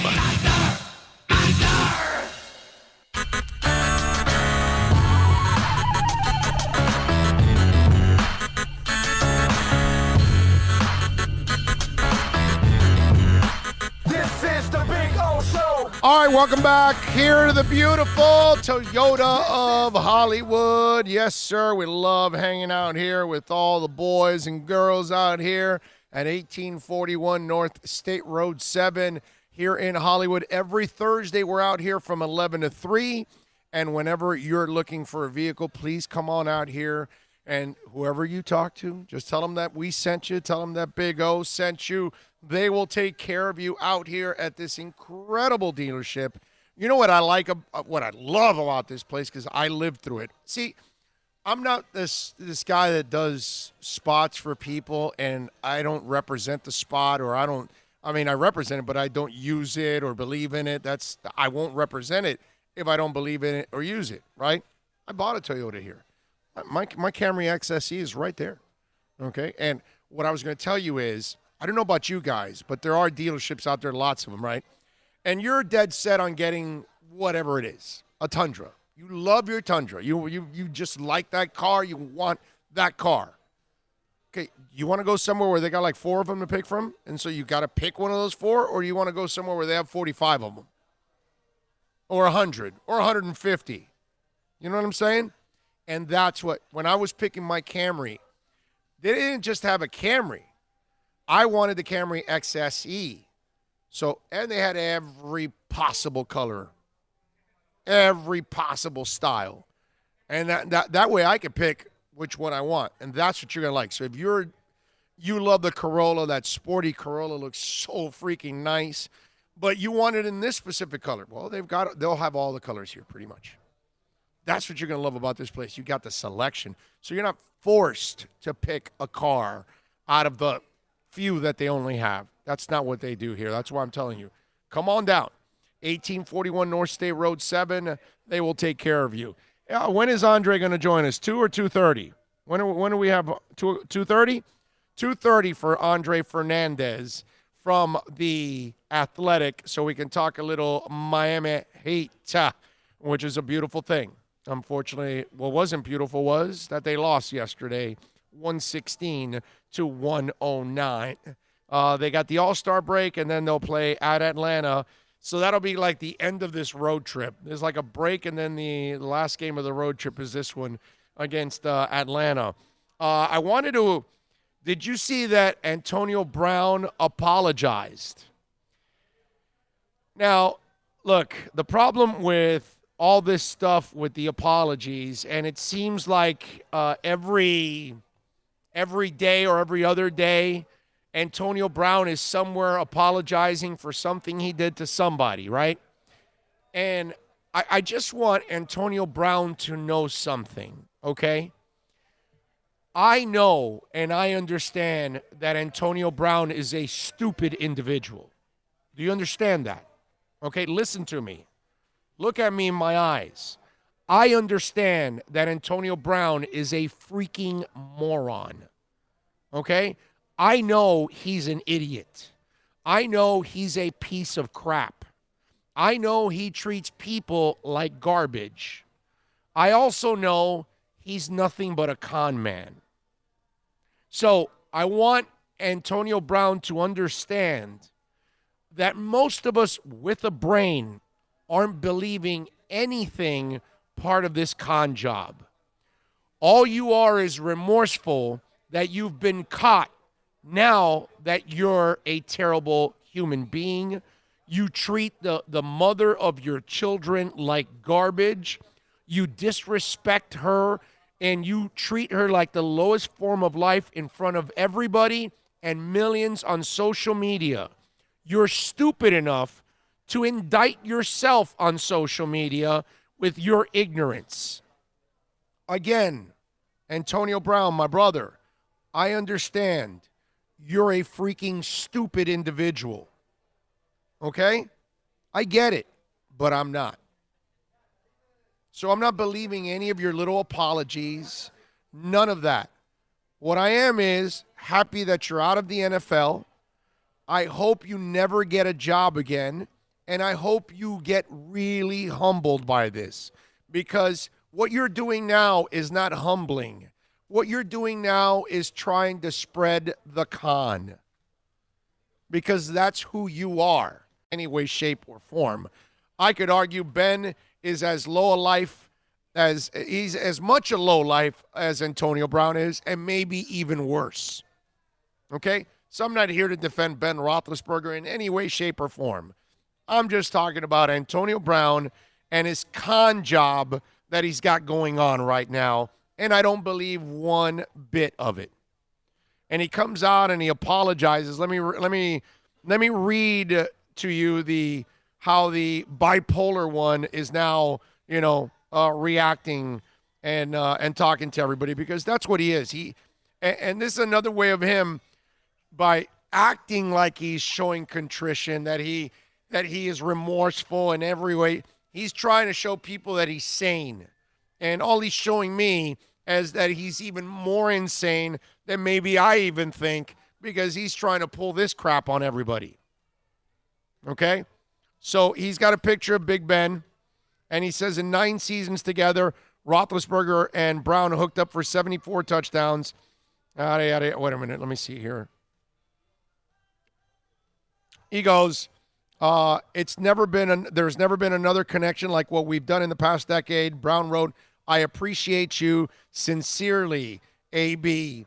And in trying to repair his image, right, he went on to apologize.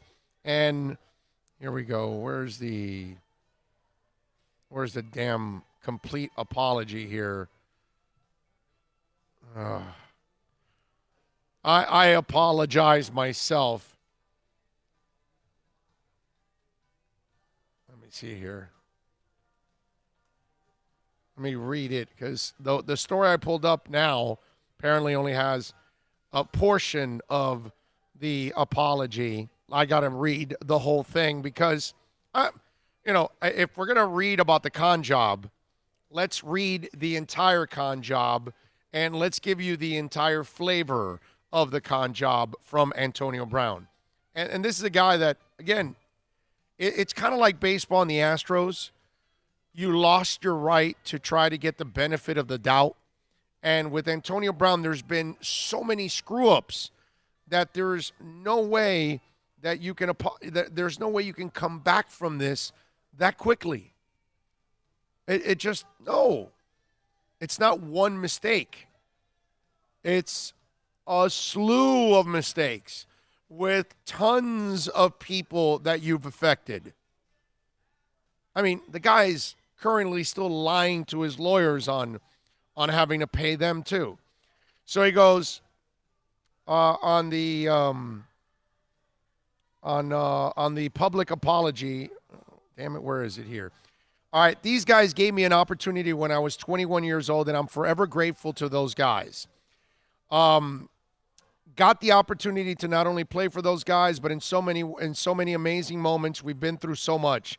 I'm forever grateful and in debt to the Steelers organization, Mr. Rooney, Mike Tomlin, Kevin Colbert, Ben Roethlisberger. I started my career with those guys. A lot of beautiful moments, a lot of positive things. So it's not all bad. I just think from an emotional standpoint, when stuff got bad, it just seemed bad. We had a lot more good moments than bad.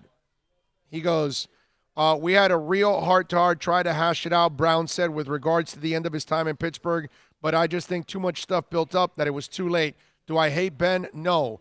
Do I love Ben? Yes. Ben's a great guy, great person, great quarterback. Whatever. All the frustration we could have hashed it out. Let's see. What else do we have here? Oh, I've been talking to my therapist, he said. I've been talking to people that don't have no agendas, people who just allow me to express myself and listen to me and don't give me feedback with regard of what they're trying to get. I've been talking to people, they're focused on my mental health. I mean, it's just, these apologies don't mean anything from Antonio Brown.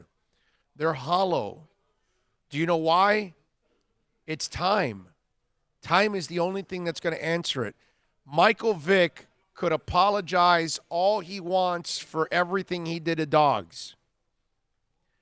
To Michael's credit, okay, because I do want to give him credit for this, because as a dog lover, it's kind of hard to forgive people for those kind of actions.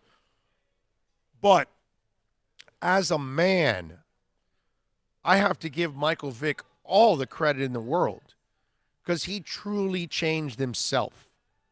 after that. He learned his lesson, and he was truly sorry about what he did. You could tell. You could tell that he took it to heart. He wanted to change who he was, and he's gone about that. Now, whether you forgive him for those past transgressions, that's up to you, man. That's fine. That's all well and good. If you're a dog lover, it's going to be hard for any real dog lover to forgive Michael Vick. But if you can compartmentalize things, you can at least give him the credit for being remorseful, for going about changing his ways of who he was and how he carried himself and who he was hanging with. He changed all of that. So I got to give him some respect for that. You know what I mean? And for Antonio Brown, but that didn't happen overnight for Michael. It took a few years for that to kind of develop and for people to see, okay, now this guy is the real deal. He changed himself. What he did was unforgivable to some, but he did his best in that situation. He served his jail time. He did everything. He lost a lot of money. He lost his reputation. He did all of that. And then he worked his ass off to build it back. And that takes a lot of character. And so you got to give Michael some credit for that. Antonio, you want credit? Brother, it's time. Apology just doesn't do it. You just can't do all of this stuff and then just turn around and say, I'm sorry, and then that's it. Let's forget about it. No, it's going to take some time to prove that you're not an a-hole with people anymore, that you are going to meet people halfway, that you're not just about yourself. All of those things have to take place before people actually look at you and they say, you changed. That's what's going to happen. And until Antonio Brown does that, none of these apologies mean a damn thing. They look to me like it's a con job, basically. That's what it looks like. Nothing more, nothing less. A guy that is desperate to get back in the league because that's all he has. And make no mistakes about that. This is all this guy knows. He can't do anything else. Without this, he has no identity. He didn't develop another skill set, and because he's a guy that needs the attention, whatever else he would have to develop, it would be something that needs to bring attention to him in order to feed his ego. And outside of football, I don't know if he has another talent that can actually do that for him, to kind of replace what he's missing with football. So, Antonio Brown, a piece of work. Brandon Flood, labels are for baby blankets. LOL, can't just use our common sense. I'm with you. Let's see, what else do we have here? Big O, you see the people protest Michael Vick at Sinbad Sports in Davie when he went for autograph signing? I did not. But again,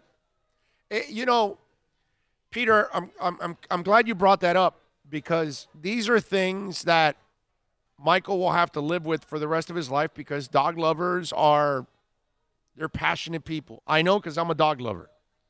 Okay, I got 4 dogs at home, and we have a daughter, and we treat our dogs almost as good as our daughter. Okay, that's we treat them like gold, man. We treat them like we got 5 kids basically. So my wife has 6 because I'm the 6th, but me and my wife have 5 kids. Our daughter and 4 dogs. Dog lovers, they don't just look at their dogs like property. It's a member of your family. That's what it is. Because when you get home, they're there to greet you and love you and unconditionally, and they're loyal to you, and you see it, man. You see it, and they are dying for you to hold them and give them a kiss and play with them and all that stuff, because their loyalty is, you can't measure it, man. And if you don't have a dog, you have no idea what I'm talking about. Okay, if you've never owned a dog, if you've never loved a dog, and then that dog loves you in return, there's a connection. So there's a group of individuals that Michael Vick will never win over, because it's the same thing. It's like I walk into my house and I look at my 4 dogs. How in the world could I ever torture them? You know what I mean? I could never do that. I would be, I couldn't live with myself if I'm doing that kind of stuff. Put it that way. I'd be so disgusted in myself. Oh, I didn't even want to think about it. That's how uncomfortable that even conversation goes. So Mike has to live with that. Same thing, and I'm glad you kind of led me to this. I don't know if you guys saw this, but Snoop Dogg came out and apologized after going after Gayle King. And for those of you that don't know, Gayle was interviewing Lisa Leslie. And in that interview, she asked about Kobe and how much the rape allegations and the court case from, a few years back, how much does that, if at all, taints his legacy? So Lisa Leslie was bothered by the question because of the timing, and Kobe had just passed away. Snoop Dogg saw that one and went after Gayle strong, to an extreme that the way he phrased his comments, it was almost like, we're going after you, Gayle. And you have to be very careful in this world when you're a powerful person like Snoop Dogg. And believe it or not, just in case, for those of you out there that might be driving, riding, listening, whatever, podcasting, and you're telling me powerful, he's powerful, man. Most people that are famous have power in one way or another. And they can drive people who are not necessarily all there to do things that they're not supposed to do.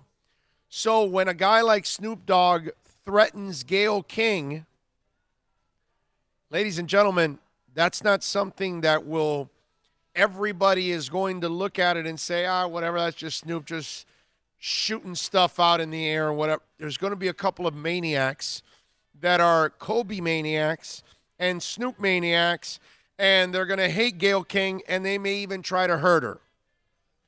And apparently she even got death threats over the last week, which, think about that. Think about how ridiculous it is.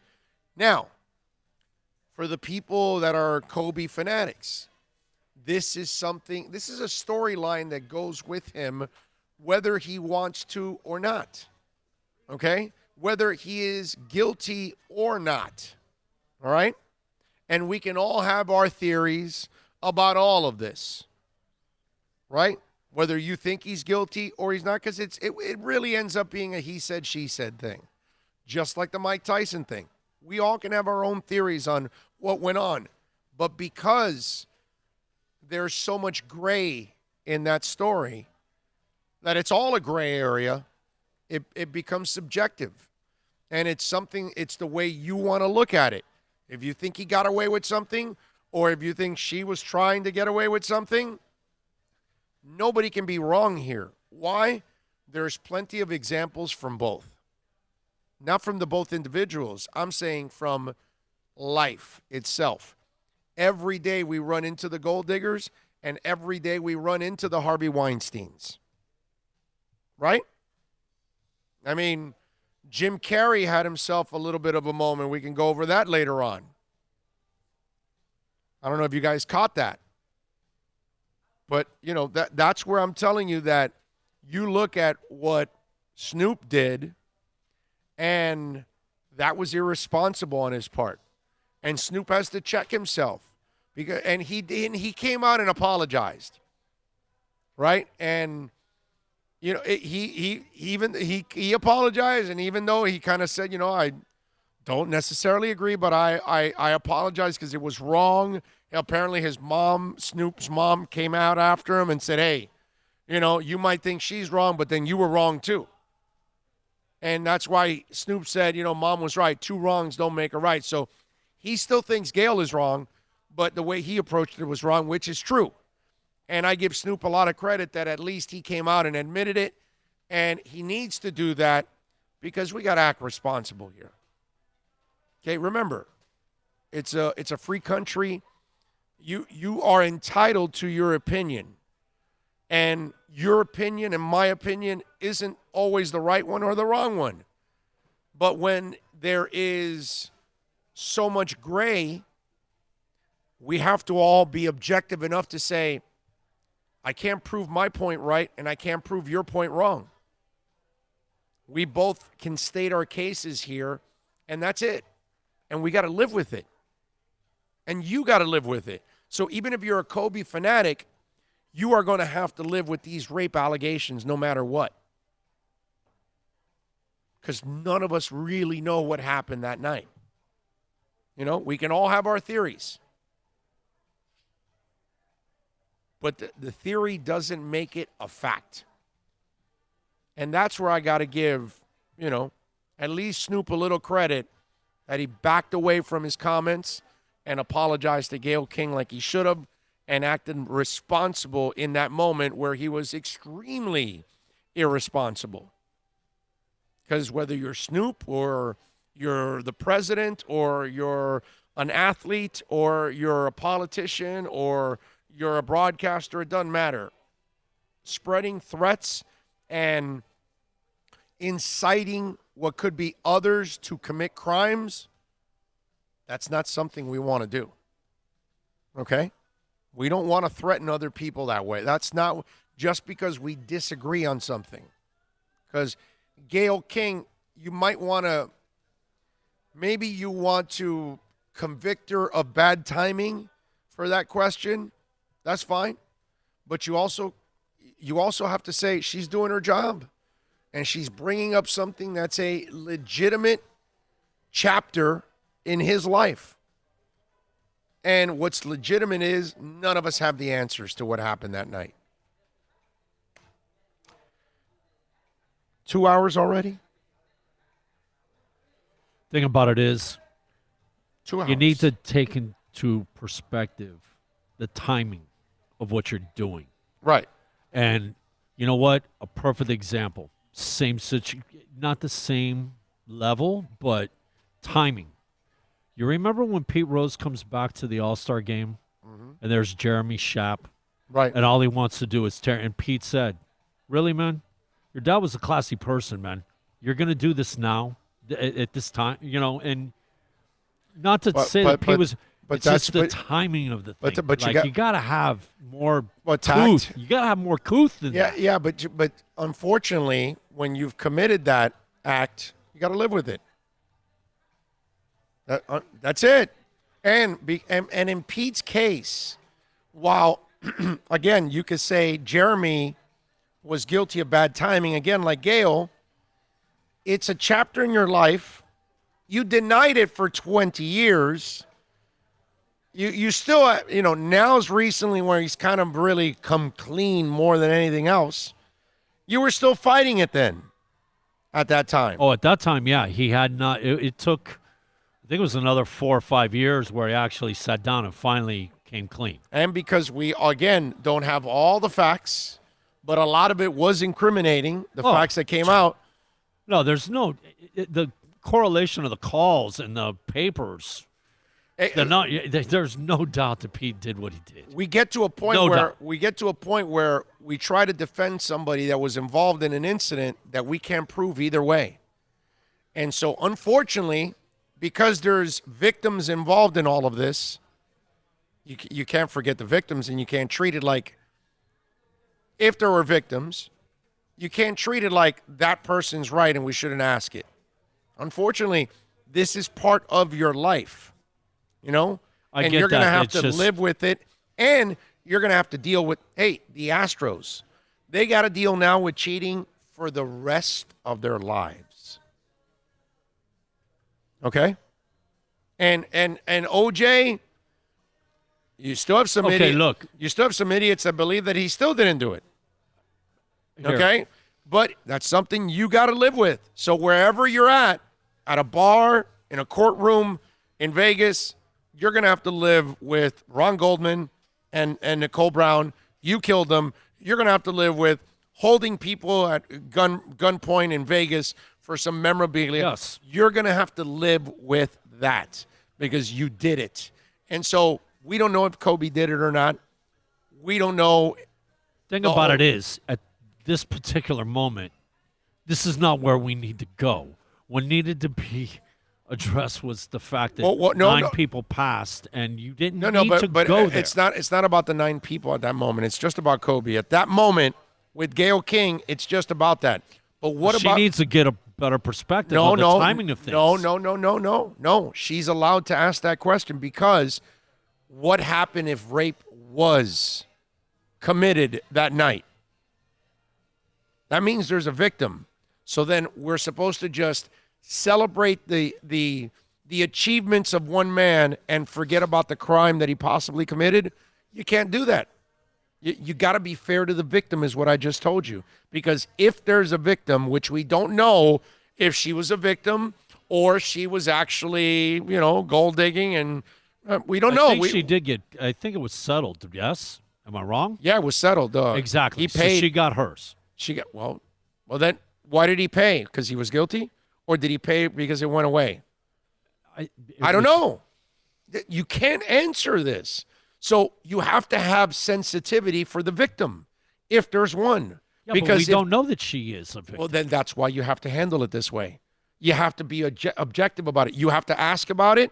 You have to bring it up. Because if there's a victim, you can't forget the victim. And that's what Gayle King was doing. She was defending the possibility that there's a victim. Hypothetical, a possibility. Well, that's and you can't go with let's erase it and forget about it. And let's just celebrate Kobe and he was a perfect human being. Yeah. And we can't do that. No, we're not saying that. Well, not by any stretch of the matter. That's exactly. It's just your timing, considering the what had just transpired, and it's a possibility that he did this. Please. You know what? She got paid. She never pursued nothing, right? Done. Well, that's all you can do. It ends there. Exactly. There's not more you can do. So why bring up a hypothetical? Because it might be true. That's why you bring it up. That's why you bring it up, because you think it might be true. And if it might be true, then you've got to remember the victim. Remember, anybody that's been a victim, they will understand all of this, because sometimes they've got to live with it forever in their own darkness, their own demons, and it's something that they've got to deal with, and it kills them inside, and it's not right for them. So that's what Gayle was bringing up. And again, if you're tied to it, okay, it's something you're going to have to live with, whether it happened or it didn't happen. The fact is you couldn't prove it one way or the other, so now that doubt. Let's bring it up when he just passed away with his daughter. Yeah. This is good timing. This is what's going to happen. That's going to be poor judgment. All right, but then again, maybe poor judgment was inviting a woman up, a strange woman in your hotel room at 1 a.m. Look, two wrongs don't make a right, but I'm you said, saying. He was not convicted. That doesn't mean anything. The timing. That doesn't mean anything. That was OJ wasn't convicted either. That doesn't mean anything. You know how many people get away with crimes? A ton get away with crimes. As long as you got money and a slew of good lawyers. Okay, so who had money in this case? Kobe or the girl? Kobe, and she did get some money. So did she get money because he was guilty, or did she get money because he was trying to make it go away? Because technically, you should know it was never going to go away whether you paid her or you didn't. So if it's never going to go away, then why not fight it all the way through?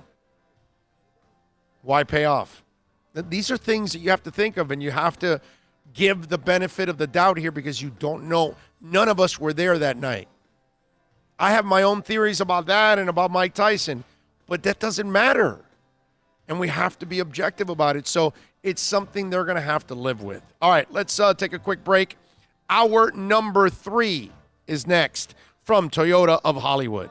Plus tax, tech title. It includes $8.99 dealer fee on approved credit offers and 11/10/19. Over 1,500 Toyotas are on the ground, and truckloads of new 2020 Toyotas just keep on coming.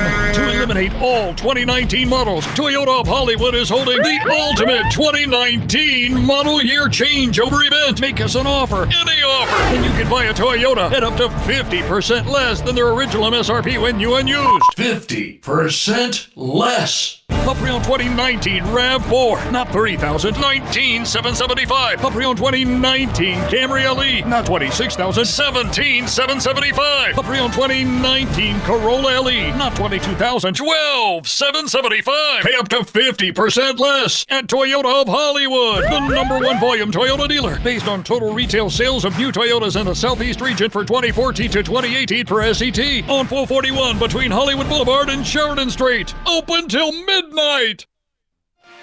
Thinking about buying or refinancing a home? Act now. Home values are ticking up. Don't put off making a move any longer. Call Michael Kodsey now at Choice Mortgage Bank, 561-441-2730, while mortgage interest rates are still at historical lows. Call now to get pre-approved and buy your dream home. If you're currently paying over $800 a month for rent, call 561-441-2730 now before interest rates go up. Down payments as low as 3.5%. Veterans may qualify for no money down. If you own a home, but you're upside down, Michael Kodsey can help. If you're being denied by your bank or your loan process is taking too long, call 561-441-2730. Act now while fixed rates are still under 3.5%. Offices in Boca and Boynton Beach. Rates and terms subject to change daily without notice. Equal housing lender. NMLS 122081.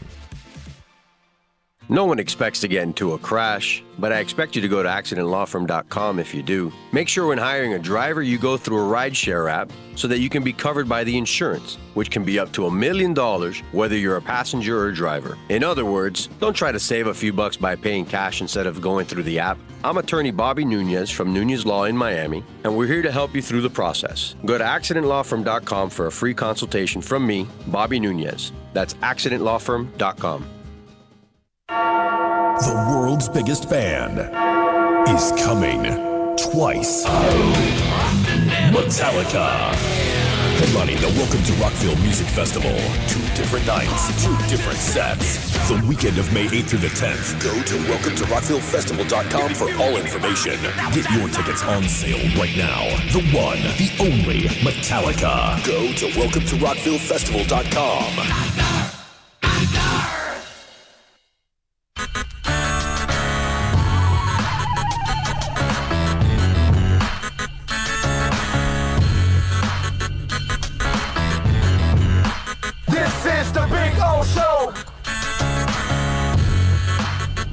This is the Big O Show.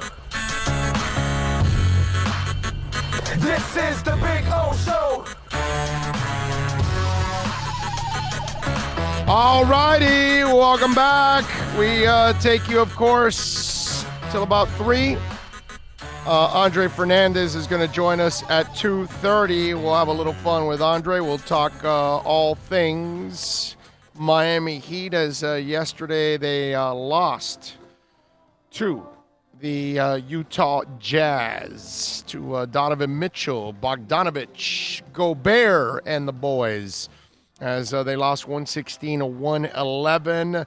Heat are 11-11 now in their last 22 games. They are a 500 team. Not a good team right now is what they are. Their record is good, but they're not a good team right now when you're 11-11 in your last 22. That's 1/4 of the season right now where you played that you're a 500 team. So we'll find out what they do in the final 28 games here, and can they play better than 500 down the stretch. If you want to get in, you can chime in on our chat board there on YouTube. Remember to give us the thumbs up while you're watching YouTube, as always. I love the exchange between Monaco and Peter. Peter goes, Mike, shut the F up, get a life, and get laid, do something. Mike responds, I have a life, buddy. I might not get laid, but I have a life. That was funny. Oh, I love it. Dominic says, I'm just here so I don't get fined. Ian from Brooklyn says, big fun. You guys are a trip.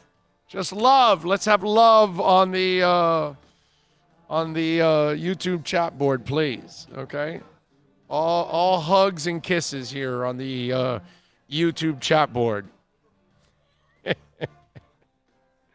You guys are awesome. What can I tell you? Did you see Romo, by the way? Did you see the story on Romo? I mean, this is like super impressive on what's going on with Romo. Romo is about to get paid some serious, serious money. He is up for a new contract. He made $3 million last year, okay? Listen to this, all right? Romo's going to be making a lot more moving forward. According to Clay Travis from Outkick the Coverage, bidding for Romo from ESPN and CBS has already surpassed $15 million per year and may approach $20 million before negotiations conclude. This figure would make Romo the highest paid sports announcer in American history. Both networks are trying to send a message by signing Romo. ESPN wants to retain its Monday Night Football package with better games, get into Super Bowl rotation. CBS wants to keep Romo and show they're committed to the NFL and does not want to be tasked with finding a new commentator to work next year's Super Bowl. So CBS has the right to match any offer to Romo. Previously, they'd heard that Romo could get between 10 and 14 million.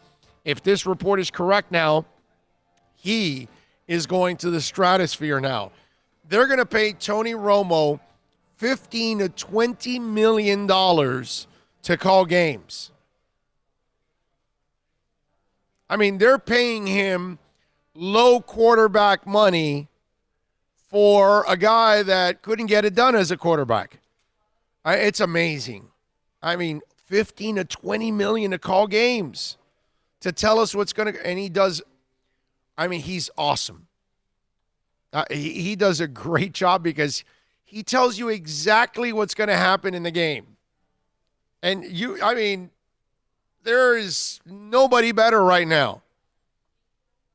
Guys come fresh out of this league and they kind of can do some of that sometimes. But this guy, dissects it like nobody else. Oh, what's the whiny one from ESPN, Dan Orlovsky? They're using him all over the place now, right? They're milking this guy left and right. He's a quarterback too. He doesn't come close to Romo in telling you what's going to happen or anything along those lines. Plus, he's got a really whiny voice when he's actually talking. I mean, Orlovsky for me might be the most annoying dude on television right now. And they look at him like he's the second coming, which I don't know. How are you guys? I mean, we got a bunch of people there watching. How are you guys with Orlovsky? Is he, do you like him or is he annoying to you? Because to me, he's annoying. Whiny voice. He puts on these little glasses and he looks so dweebish. And he's like 6'7". And he does look dweebish. I'm just wondering, how are you guys? Tell me on the chat board. Don't forget to give us a thumbs up, by the way, while you're watching the broadcast. But where do you find Orlovsky? Because I find him annoying as hell. But Romo, 15 to 20 million, brother. Man, that's more reasons for some guys that have a personality to quit football and get into broadcasting. Holy crap. If they're going to pay that kind of money, and think about this, Tony is now setting the market. So if you come in and light it up like Tony has, there's the market. It's like John Gruden, right? He set the market, and now the dude from Baylor gets the job in the NFL, and they're paying him John Gruden money. He's never done anything. Let me see what we got here. Mike Monaco says, huge cack. Big O, should the Heat fans panic? Not yet. Tony Romo, I'm not going there. Trent Dilfer was good at ESPN. I like Trent Dilfer. I liked him. I thought he did a good job. I watched the Red Zone. Romo does nothing for me. Let's see. Myron Sanchez says he's annoying to me. Ray says annoying 24/7. I agree. Romo will make more a year than he did playing for the Cowboys. LOL. I mean, just for me, annoying as hell is Orlovsky. But Romo making $15 to $20 million to call games. That is awesome on his part for him. That's a lot of money. I mean, not worth it, but because really, you're not really watching the game for Romo. Although I will say this, I like that he kind of breaks it down for me and tells me what's coming. I do. There's some of you out there that don't like it. You kind of think like it's ruining the movie. You ever sat down with that person that's guessing all the stuff that's going on in the movie, and it happens? By the way, I kind of do that sometimes. I'm annoying in that way. That might be annoying to some of you out there. My wife and I do it all the time. We're like constantly guessing what's coming up in the movie, what the plot is, all that, and it doesn't bother either one of us. I guess, maybe that's why we've been together about to be 31 years. But actually a lot. 32 years it'll be this year. 26 married, 32 together. Anyway, some people hate that. So there are some people that it's not that they hate Romo, but they hate that Romo is telling them what's happening on the play. Because I've heard that too. And there's probably some of you that feel that way too. But I like how he breaks it down. I really do. And I think there's some of you that you can't compartmentalize, that you didn't like Romo as a QB because you thought he was a choker or whatever, and then it affects you in the way you look at him as an announcer. You got to separate the two. I like him. See, Orlovsky wasn't a good quarterback, and he's annoying as hell on television with that whiny-ass voice of his. Romo, I can't trust him in a big game, but I like him as an NFL commentator. I'm one of the guys that likes him. But I am amazed that they're going to give him $15 to $20 million because it's not the reason. None of the broadcasters are ever the reason why we're watching a game. We're not saying, wow, Bucks and Jags are playing. Yeah, that game may not be, but Romo's calling. It's going to be a great game. No, I don't think we do that. I don't think anybody does that. Right? Let's see. Romo is awesome. Love when he tells you what's going to happen before the play. That's what Richard Casillas says. Dominic says, what's crazy to me is Tony Romp was on that Cowboy team, was Dak took over, and Dak took over, and they would have one Dak is a waste. Hashtag Dak is a waste. Well, either way, they're not getting over the hump with either guy. Brandon Flood says, dog lover here. Ignorant dude, didn't know what he was doing. He's better now, doing things to help dogs now. Yeah. No. Michael changed his ways. I got to give Michael a lot of credit there. I will give him that respect. There's no doubt. I truly feel that Mike is extremely remorseful, and he faced it like a man, took his punishment like a man, and then took life on like a man. So yeah, no, I have respect for Mike in that sense. There's no doubt. It's hard for me to separate the part of the torturing of dogs. That part is disgusting to me, but I can compartmentalize and give him credit for taking a much better turn with his life. Lots of props to Mike for that. Oh, how did you guess the plot of The Usual Suspects? Brother, it's so long ago, I don't even remember anymore. All right? So The Kaiser Sose stuff, right? That's Usual Suspects, right? Kaiser Sose? Yes. Yeah, I don't even remember anymore. I don't at all. Do you remember guessing the plot back then? I can't. Of course. I can't. I don't even remember what I was thinking or saying He's in sitting those there days. looking at the bulletin board, talking to Chaz Palminteri. Yes. And the guy that was Carla's husband, Oh, yeah. that his Loretta Yes. is the captain of the police station, I guess. And Yes. And? he's asked to get a cup of coffee, remember? And Oh, you know, yeah. he's like- Yeah. You know. Yeah. And Chaz just sits there and laughs. I don't even remember anymore, man. I haven't seen that movie in a while. Come on, when they go and meet Redfoot, Yeah. I remember give that. it to the Gimp. Yes. And he throws it at him. Yes. I remember that. But I don't remember me guessing the plot at all back in those days. I'm sure I was, but I don't remember what the hell I was saying. Too long ago. Dougie, you got to ask me about something like last week, and maybe I'll remember.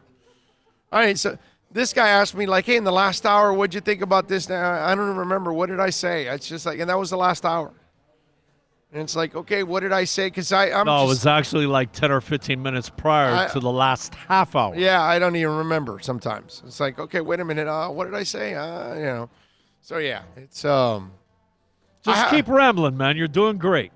as a just keep 53-year-old, I am getting to my senior moments faster and Wait. faster. No. There is no regressing. Yes, no, there is. No. I feel it. As we get in the car on Saturday and head over there and come back, doing up and back to go see the first game, there is no regressing, my brother. There is. I hope I can remember to get to Tampa. I don't know how. I-75, is that what it is? Okay, I'm not exactly sure. Hey, some fans were happy that Rage were returning to festivals, but some took to social media to express their disdain. Like who, if this act, or simply they said Rage Against who? Oh, am I that old? I guess. I don't know why anybody would even be flipping out about it. You can flip out about the fact that they didn't come to your town, that kind of stuff. We're in the middle of trying to get tickets right now. Not easy to get these tickets. Big O, I miss when you used to play the blind ass fan alert. It's awesome. Well, we could do that for you as Y2VGAA on the chat board. You want a little blind ass fan alert? We haven't had Blind ass fan alert. Look out, everyone. We've got a blind ass fan coming through. We have it. We're always locked and loaded with the blind ass fan alert, but the problem is we haven't had that blind ass fan moment lately. So we don't play the blind ass fan alert, but we've got the alert, definitely. And once we do what we're starting to do very soon, something that you guys are going to like a lot more, I think we'll get a siren in and what's it called? What's that called? Like the police light? What is that called? Red and blues Is that what they're in called? your rearview mirror. What A bad day. is that? I know it's all of that, but does it have like a specific name? Just have just a police light or something? The blue lights in your Oh, rear no, are anyway, not good. Whatever that. Well, it'll be the red one. So when we play it, it'll go off. The only in time the studio. blue lights are good is when you're sitting there and they're coming up, and they continue and pass you. Right. And they're going after the guy down the road in front of you. Right. That's when you like. Oh, man. Thank you. I know I was guilty, but they didn't catch me. That's usually what you say, right? That guy down there did worse than I did. Yes. Way to go down there, guy. Yes, they caught him, not me. Love it. Fantastic. Catch him, not me. Oh, Bucky Brooks has Tua as the number one QB in the draft. Thoughts? Richard, I saw that. I saw Bucky Brooks, and in my notes here, I have it. See? Folks are now ranking Tua number 1 ahead of Burrow. I was going to talk about that. But since you brought it up, all right, let's express ourselves here on that one. I like Bucky Brooks. I saw him over at the Senior Bowl a couple weeks ago. Does a good job. My issue with that ranking is, Bucky, you're not drafting Tua, so you don't care. So it's easy for you to say Tua moves ahead of Burrow because he's healthy now. What does that mean? You're still taking a broken down player, right? I mean, his hip broke, right? You had to correct it. You had to fix it. His ankles are busted up. You had to fix them, right? You're not getting somebody that is actually well put together and still healthy and still original. No, you're kind of buying a car that's got, a couple of crashes. It's a scratch and dent. They twisted up the frame and had to straighten out the frame a little bit, so maybe your car drives a little bit sideways, it's crabbing a little bit, that kind of stuff. That's Tua. Yes, sir.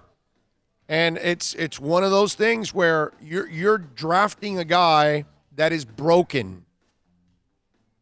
Okay? Broken.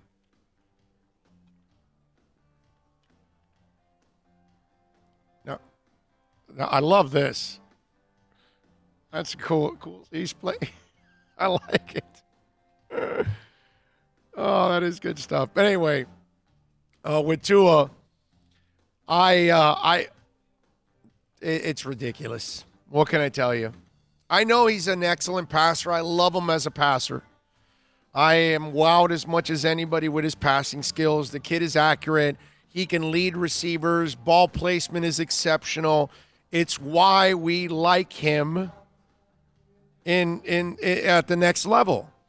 But he's broken. So Bucky doesn't have to draft him. So it's easy for him to put him number 1. And when he goes out there and breaks down again, Bucky will say, well, no, I had him ranked based on the passing. We all know about his injury history. I mean, listen, I'm the guy that's not taking him at 5.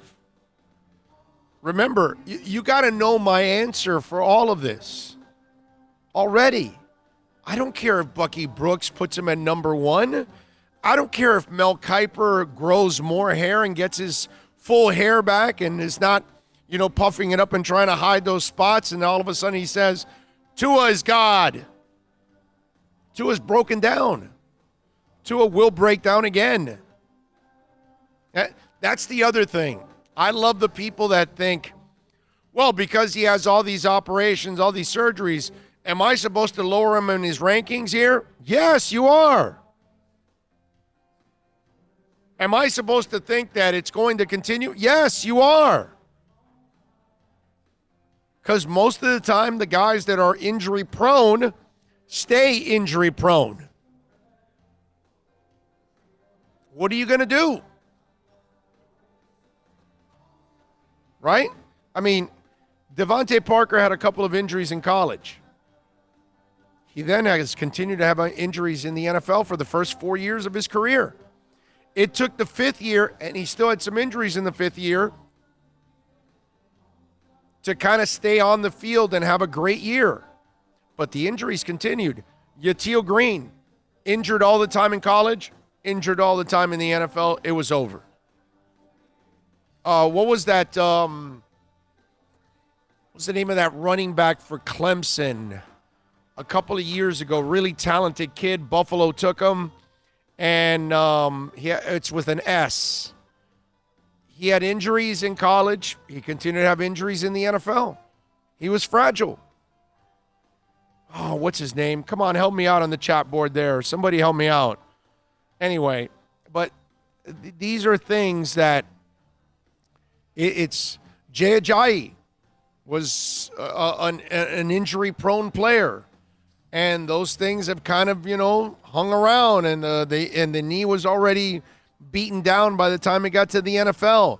And the guy never saw that second big contract because he was going to be an injury-prone player. Well, they knew that, didn't they? Yeah. They but knew that's why that he going fell to in, the that fifth there round. was this degenerative Knee. situation. Yeah. Yeah. You know what? Here, the Herbert situation, okay? McShay has put him at 13. Yeah. And a lot of people have Herbert going 7, 10, 5, Right. It's all over the place. But it ain't as far as 13. And McShay has said, look, he is probably going to go because of what he did at the Senior Bowl and the physical attributes that he brings. But he has stayed steadfast and said, the reason I don't have him, and I have him at 13, I'm keeping him there. He didn't wow me. He did not, there was no moment like we right. talked. Yeah. Plus, his attitude, his Maturity. lack of, well, he didn't say maturity. He said that he's a different cat. Right. Well, maturity is the Yeah. problem with him. Exactly. But McShay is like, somebody is probably going to reach. 'cause Oh, yeah, they'll take they him do early. this. And he is probably going to go before 10. The way he's built. But I have him on my board at 13. Yeah. And is it what you think he should be, or are they trying to project where they're going to go? You know what I mean? And McShay has said, look, he's probably going to go before where I have him, but where I have him rated is here. And that's the thing with some of these drafts and mock drafts and all this. Are you trying to project where teams are going to take him or where you actually see him as a player? You know what I mean? There is a difference. You understand my point? I got you.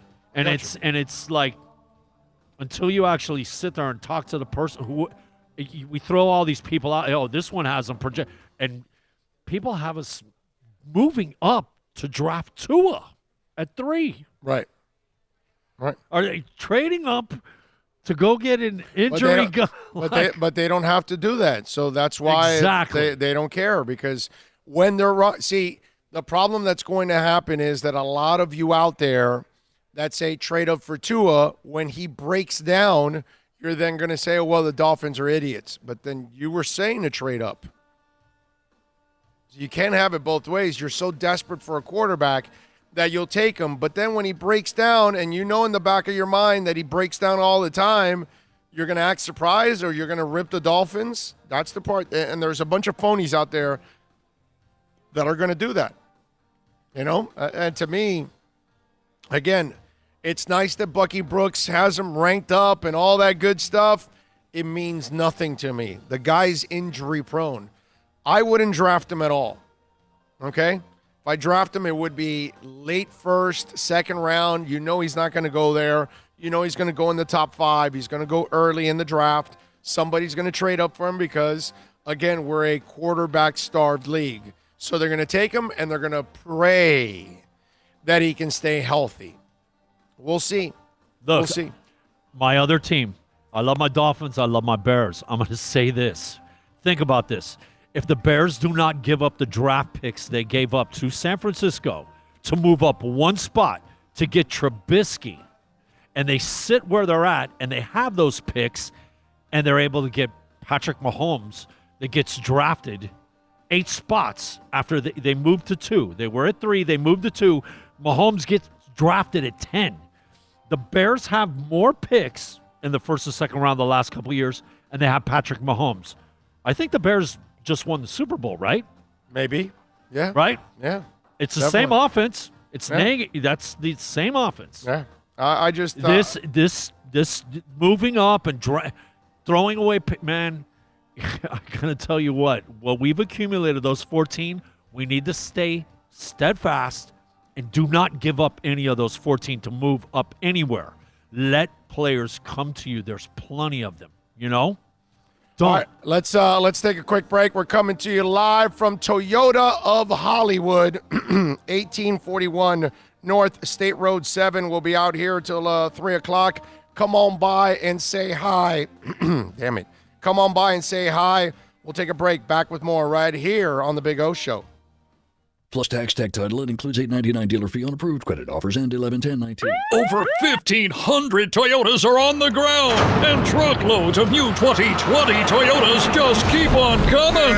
To eliminate all 2019 models, Toyota of Hollywood is holding the ultimate 2019 model year changeover event. Make us an offer, any offer, and you can buy a Toyota at up to 50% less than their original MSRP when new and used. 50% less. A pre-owned 2019 RAV4, not $30,000, $19,775. A pre-owned 2019 Camry LE, not $26,000, $17,775. A pre-owned 2019 Corolla LE, not $22,000, $12,775. Pay up to 50% less at Toyota of Hollywood, the #1 volume Toyota dealer, based on total retail sales of new Toyotas in the Southeast region for 2014 to 2018 per SET, on 441 between Hollywood Boulevard and Sheridan Street. Open till midnight.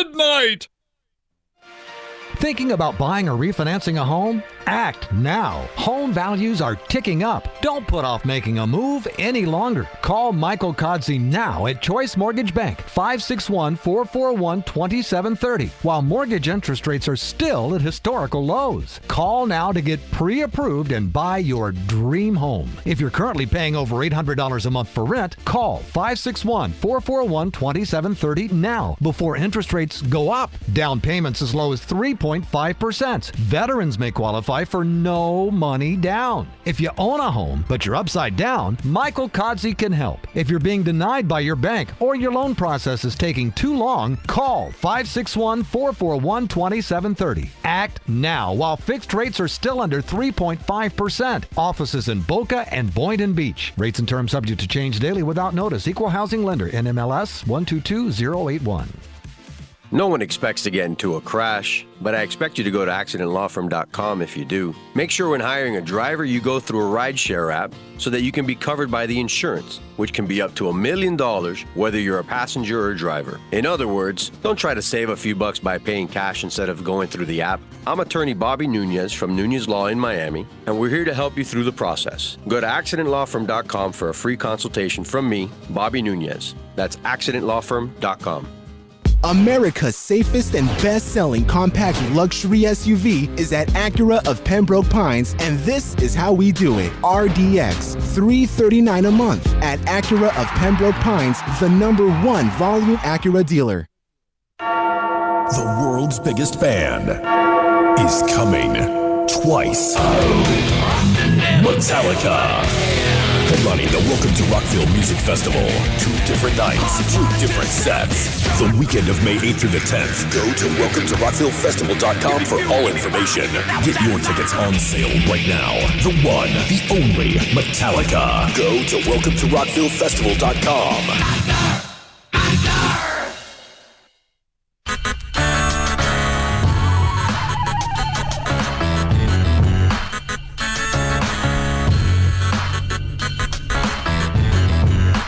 This is the Big O Show. This is the Big O Show. This is the Big O Show.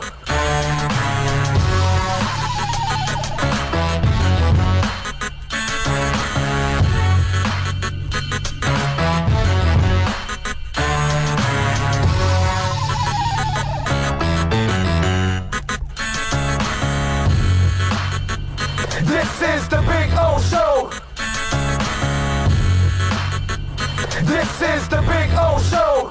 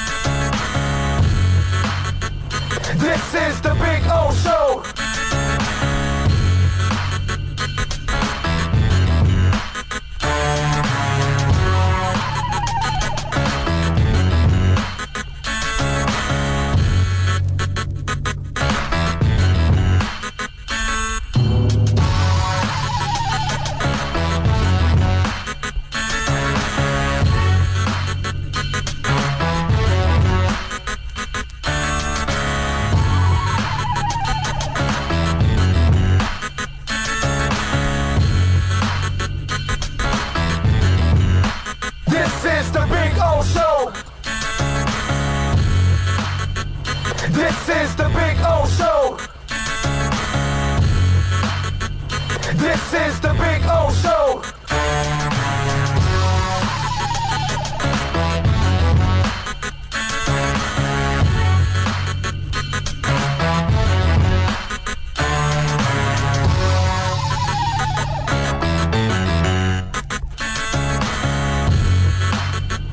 This is the Big O Show.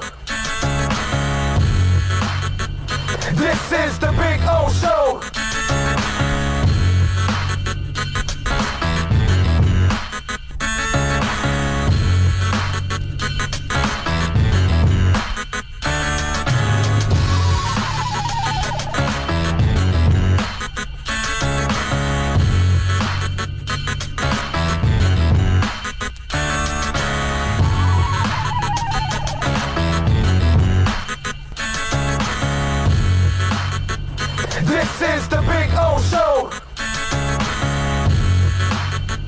This is the Big O Show. This is the Big O Show. This is the Big O Show. This is the Big O Show.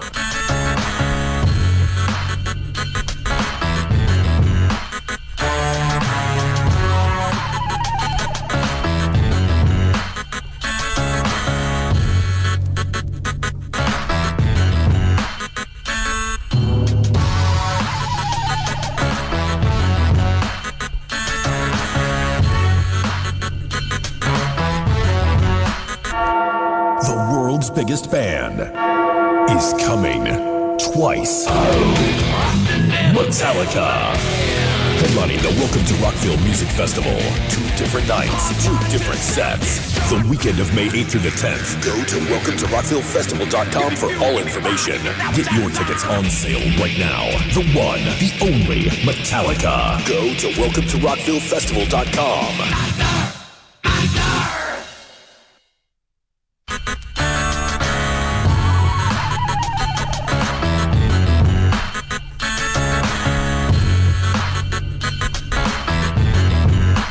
This is the Big O Show. This is the Big O Show. This is the Big O Show.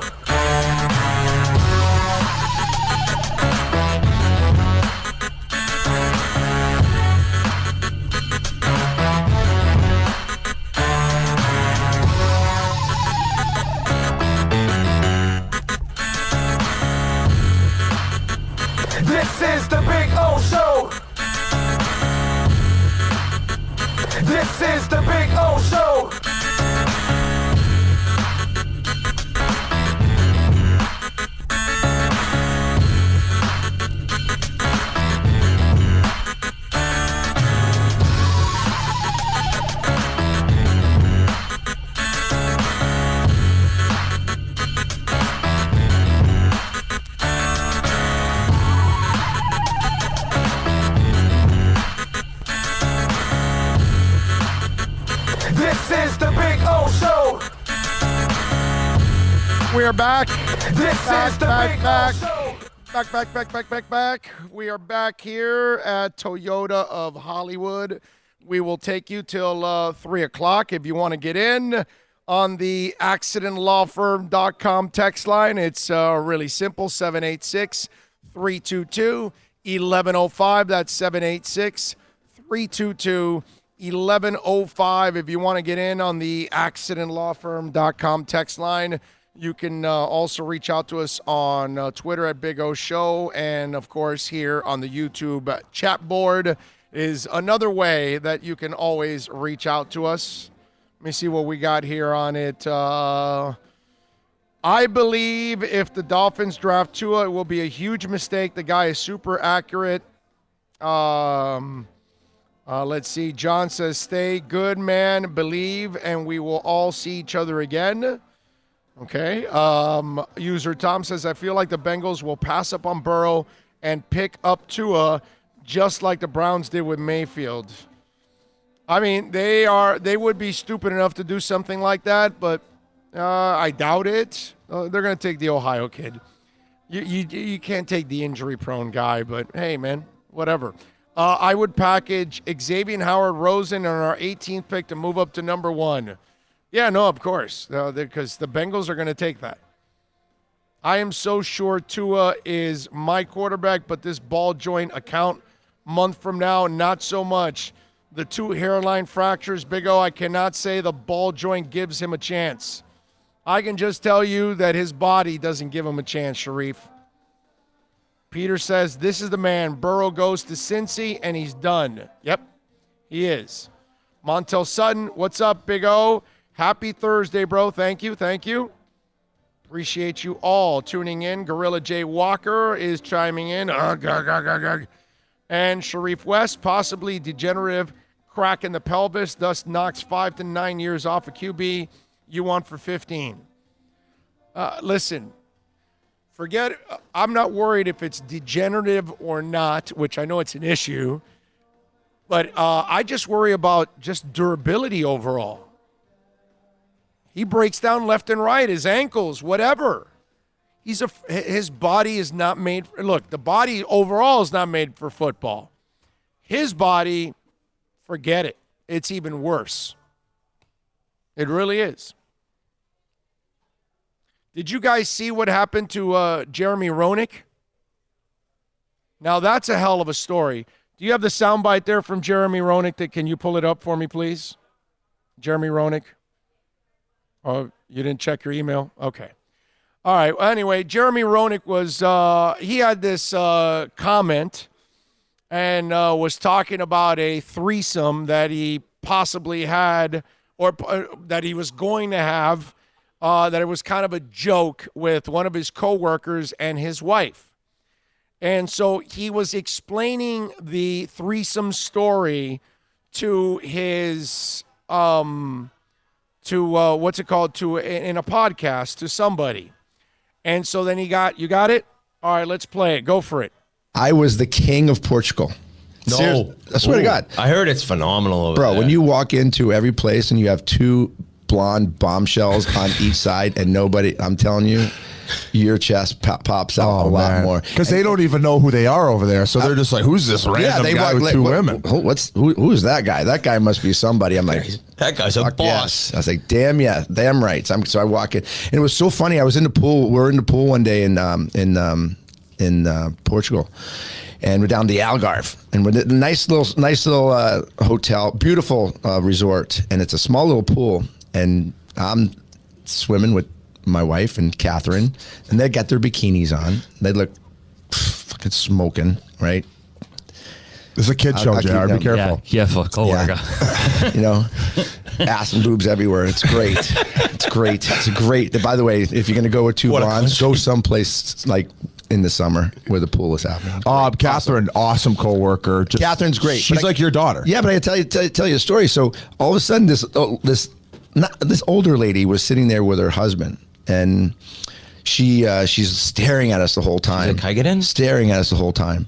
And finally, I think her curiosity rose to a level where she's like, I got to figure out what the hell's going on here. And she walked right into the pool and comes right up to us and say, okay, what's the situation? Tell me what's going on. And 2-on-1, no back checkers. That's what's going on right now. 3-on-1 now, baby. I just said I'm just having a very, very wonderful trip. That's what I said to her, and she's like, "Are they both with you?" And I said, "Yes, they are." And then Catherine gives you weren't lying. And Catherine says, "Will you shut up?" she starts yelling at me because I play it off like we're going to bed together every night, the 3 of us, and my wife and Catherine are very close friends. And they scream and yell at me, but listen, it's worth the yelling. There's no question. Yeah. Absolutely. Now, if it really came to fruition, that would really be good, but it's never going to happen.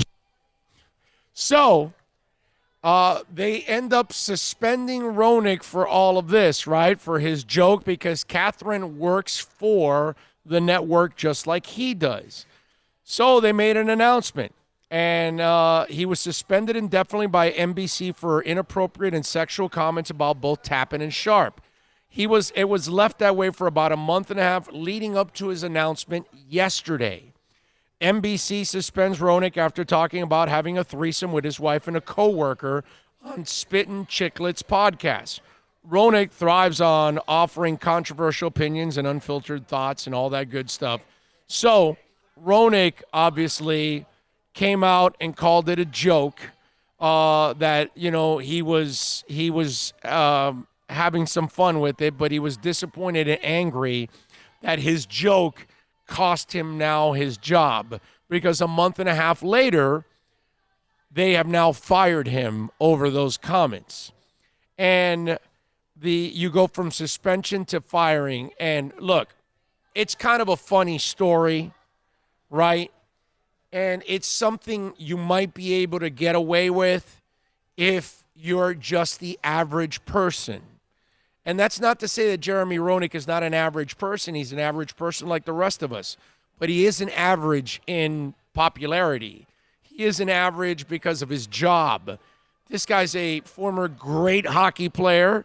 This is a guy that is well known, and everybody knows that he's kind of a jokester and all that kind of stuff. But this is the kind of joke you just can't have if you're Jeremy Roenick. Some of you out there will get away with this joke over and over again if you're with two of your friends, right? And you're in that pool and that lady asks, and you say, yeah, we're having threesomes every night. And then all three of you can walk away joking. The two girls can get mad at you, whatever. Nobody ever finds out. But if you're Jeremy Roenick, you're a famous person. So at that moment, he did get away with it. But then he told the story about it. And that's the part that you don't get away with, because when you're Jeremy Roenick, you can't tell that kind of joke, because that kind of joke carries consequences. And if you're a corporation like NBC and you allow him to get away with it, then that sets the precedent for others to get away with those kind of jokes. Look, to me, it was not a joke that insulted me in any way, shape, or form. I found it kind of funny. Still do to this moment. Not that I would do it publicly, that kind of stuff. Hell, my wife probably wouldn't even joke around like that, okay?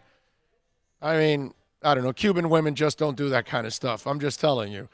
I can't speak for any other nationality, but I can just tell you Cuban women aren't really going to go with that, all right? And the Cuban woman might even have played it off with you publicly at that moment, but the second you're behind closed doors, my Lord, you don't want to have that conversation. I'm just telling you. You don't want to go through that.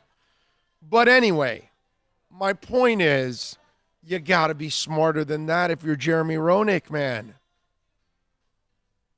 You got to know who you are at that moment, who you are in the public eye, how you're tied to a corporation. So, of course, they've got to look at it differently. The dumbest thing that he actually did was not the joke, was actually talking about the joke in public. Because Tappan was not going to talk about it. His wife wasn't going to talk about it. So you were going to get away with it scot-free. But you want to be the smart ass. You wanted to talk about it. And podcast now is like talking like on national television or radio. Because if it's heard enough, it's going to get around. People will share it. It'll get around in social media. And before you know it, you're suspended and then getting fired. And NBC, they had to sit back and then they had to study this whole thing and say, well, does it set a precedent? And that's exactly what it was. And because it was going to set one, it was one that they didn't want to be a part of. And I don't blame them, because that's how this is nowadays, even though it was a joke. And by the way, it sounds like Catherine Tappan is a pretty cool person, that she was kind of going along with it. And you're good. You can get away with it. Jeremy Roenick's got to be a lot smarter, man. A lot smarter. Big O reminds me of Ron Jeremy, just a smaller pecker. All right, I can go with that. Most people are smaller than Ron Jeremy. Sharif West, possibly degenerative crack in the pelvis. There you go. Okay. Everyone is talking about Tua, how quickly we forget about his game. Yeah, you can forget about it. You can remember his game all you want. I remember more of the injuries. Tua is tougher than half the league. Some are finished from turf toe. Yeah, just because you're tough enough to come back from an injury doesn't mean you're not going to keep having more injuries and keep you out.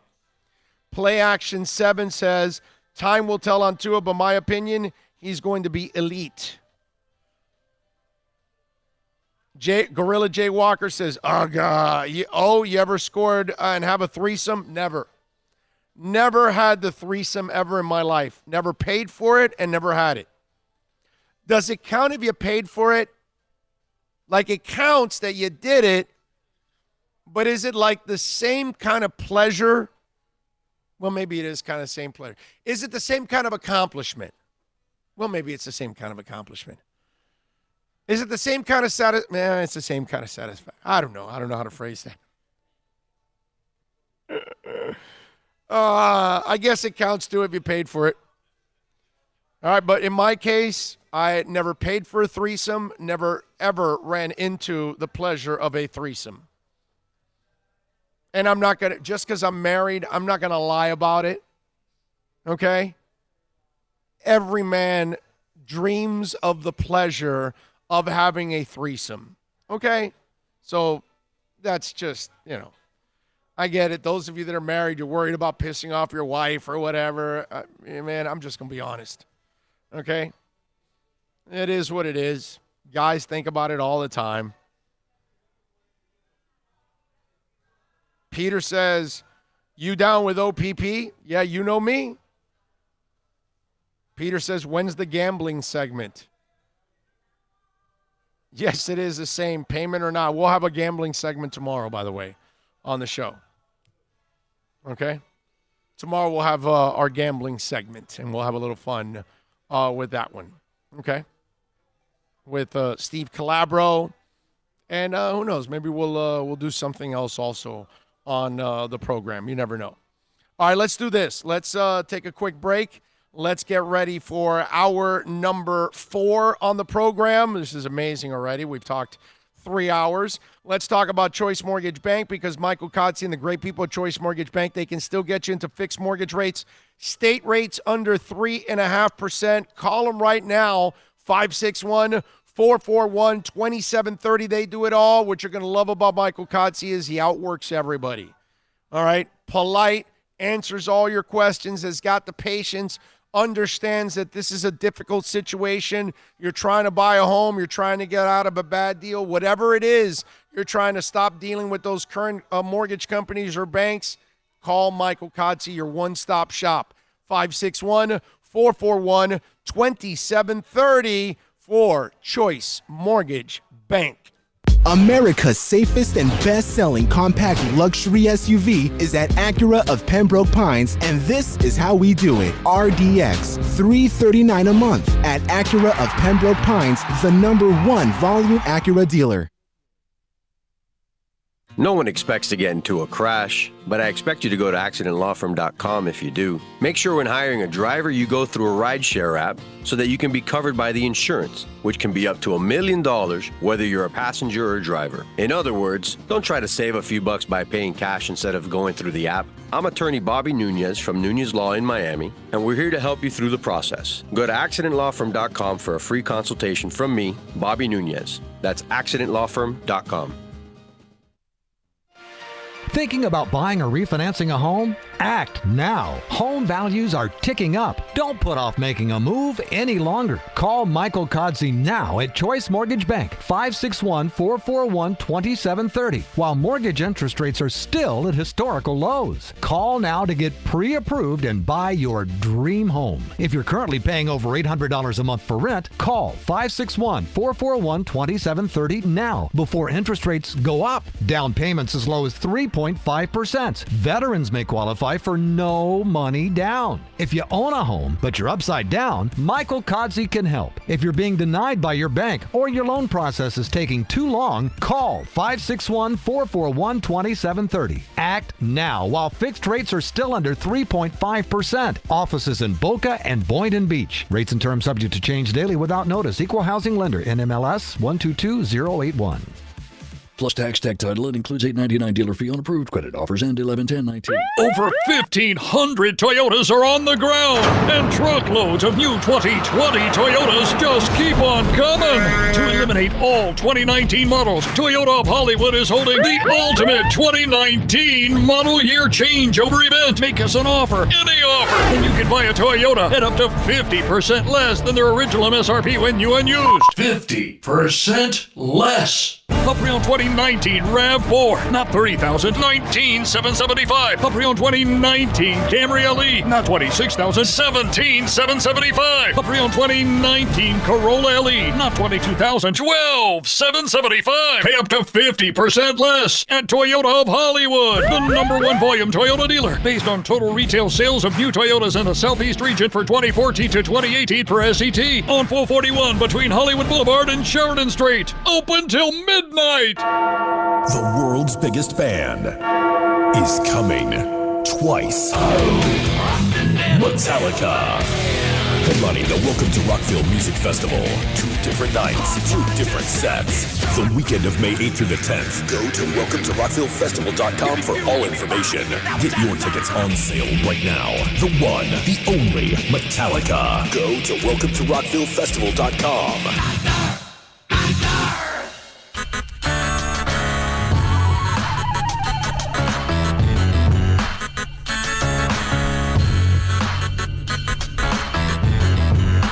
This is the Big O Show. This is the Big O Show. This is the Big O Show.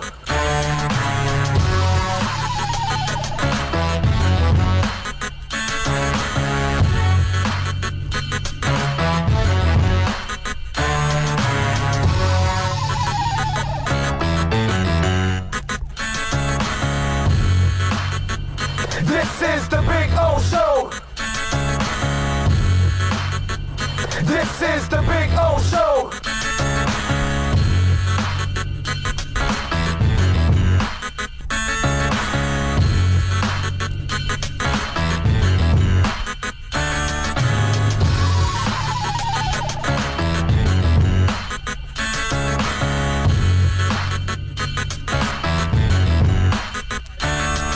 We are back. We're back. We're back.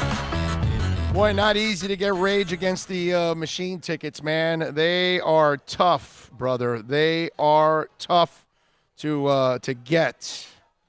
Wow. Speaking of música, plenty of música out there, by the way. Did you ever hear about Gene Simmons and a bomb threat? Where? Was this on his reality show, like the limousine broke down and he's walking to Vegas? Remember that? No. Yeah, no. But this is funny because it's a classic story, and Tommy Thayer recalled a time when a hotel staff called the SWAT team to deal with Gene Simmons after he threatened to blow up the building. The incident took place in Buffalo when the band was on its original farewell tour back in 2000. At that time, Thayer was their tour manager rather than an onstage member, which meant responsibility fell to him when Simmons' antics became a problem. We were back at the hotel after the show, and people were going back to their rooms, ordering room service and that sort of thing, he told Backstage Access in a recent interview. Gene Simmons is a real stickler. If he's not in a hotel and if he's in a hotel and he calls to the front desk or room service or whatever, if it takes more than 2 or 3 rings for them to pick up, he goes ballistic.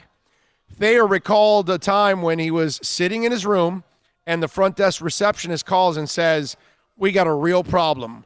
We just called the SWAT team, the police to come in because one in your group has threatened to blow up the hotel." I was thinking, I think I know who that might be actually. He says that jokingly. You got to pick this phone up or I'll blow this place up. That's a Gene Simmons kind of thing. But it kind of got us in trouble because the police showed up and they thought there was a real bomb threat. I had to assure everybody that it was okay, that this guy just wanted his cookies and milk after the show. Simmons, by the way, and Kiss previously learned what happened when a bomb threat is made.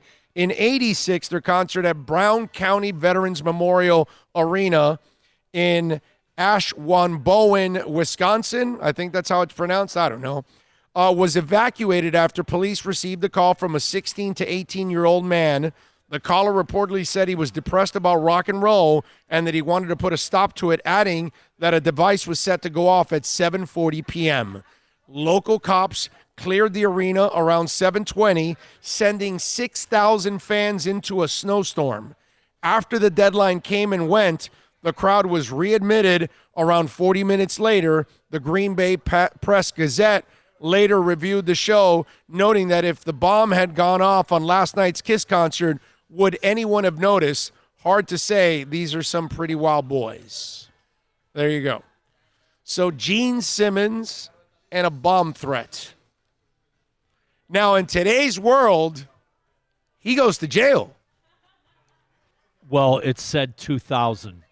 Still. That's pre 9/11. Exactly. Right. That's what I'm saying. In today's world, it's a different, yeah. He goes to jail. Okay? Jail. Anything post, not everything changed. I could tell you, here's this. They're doing a repositioning cruise, blah, and they're putting a bunch of materials, and there's a bunch of companies going to be on it, and welding equipment, okay? And, of course, bomb-sniffing dogs and this and that, and, of course, it's welding rods. So the dog gets a live hit. And literally the guy's like, open the box, that. The person this was their material, was told by their boss to not open any of the stuff because, of course, being exposed to the salt air, that could damage, you know what I mean? And literally, for the bomb sniffing, would not open up the box. So we had to clear the ship, clear the dock. Sure. Bring in Metro-Dade bomb sniffing. Of course. The ship had to be released and go out into the bay because this guy refused to open up the box because his boss had told him. And when his boss got there on the site, literally the guy was fired on the spot. Like, are you that retarded? But he has no choice. The authorities are telling him to do it. But the ramification, you'll get arrested. Post 9/11, man. So it's either get fired or get arrested. And think about this. And you would have gotten both. You would have gotten fired and arrested. Think about this. Everybody left the ship. Yeah. The ship left it was ridiculous. Yeah, I'm not surprised. Because of something like this. Yeah. A scare. Makes sense. The Rage Against the Machine, they are touring, and they're going to be hitting a lot of festivals. I was checking out some festivals around the country. Did you know that there's one called Sand Jam in Panama City? Did you know about that? Our Panama City, yeah, Florida. Panama City Beach, Florida, April 24th through the 26th. Friday, listen to this, Shinedown headlines. The Struts, Rival Sons, and Dorothy are also on that day, along with Lovely the Band, Magic City Hippies, and Sweet Lizzie Project, which I don't know, but I love Shinedown. The Struts. Yes. The you Struts were talking about them yesterday. Dude, the Struts, Rival Sons, and Dorothy, I love. I mean, Dorothy is fantastic. Saturday, they've got 311, Skillet on that day. There's some other stuff, Judah the Lion, Sir Sly, the Hip Abduction. There's a couple other ones that I don't know. Sunday, Weezer is there also. I mean, it's not a... You know Sir Sly. But I don't know them too well. I've heard a couple of their tunes. I don't know them too well, but yeah, I kind of, whatever, but it's not like I'm traveling there for them. But I had Skillet. Skillet's pretty good. You turned me on to Skillet, man. Skillet's good, man. Every song you played, like them. I saw them open up for Stone Sour and Slipknot in Jersey. Wow. Yeah, it was a really good concert, man. And then there's this other one in Central Park in Atlanta. It's called Shaky Knees, May 1st through the 3rd. The 3 headliners for Friday, Saturday, and Sunday: the Black Keys, Smashing Pumpkins, and the Strokes. That's a pretty solid 3, man. And then it's Portugal the Man, Joan Jett and the Blackhearts, Liam Gallagher, Angels and Airwaves, Stereolab, let's see, Cave Town, White Reaper. What else do we have here?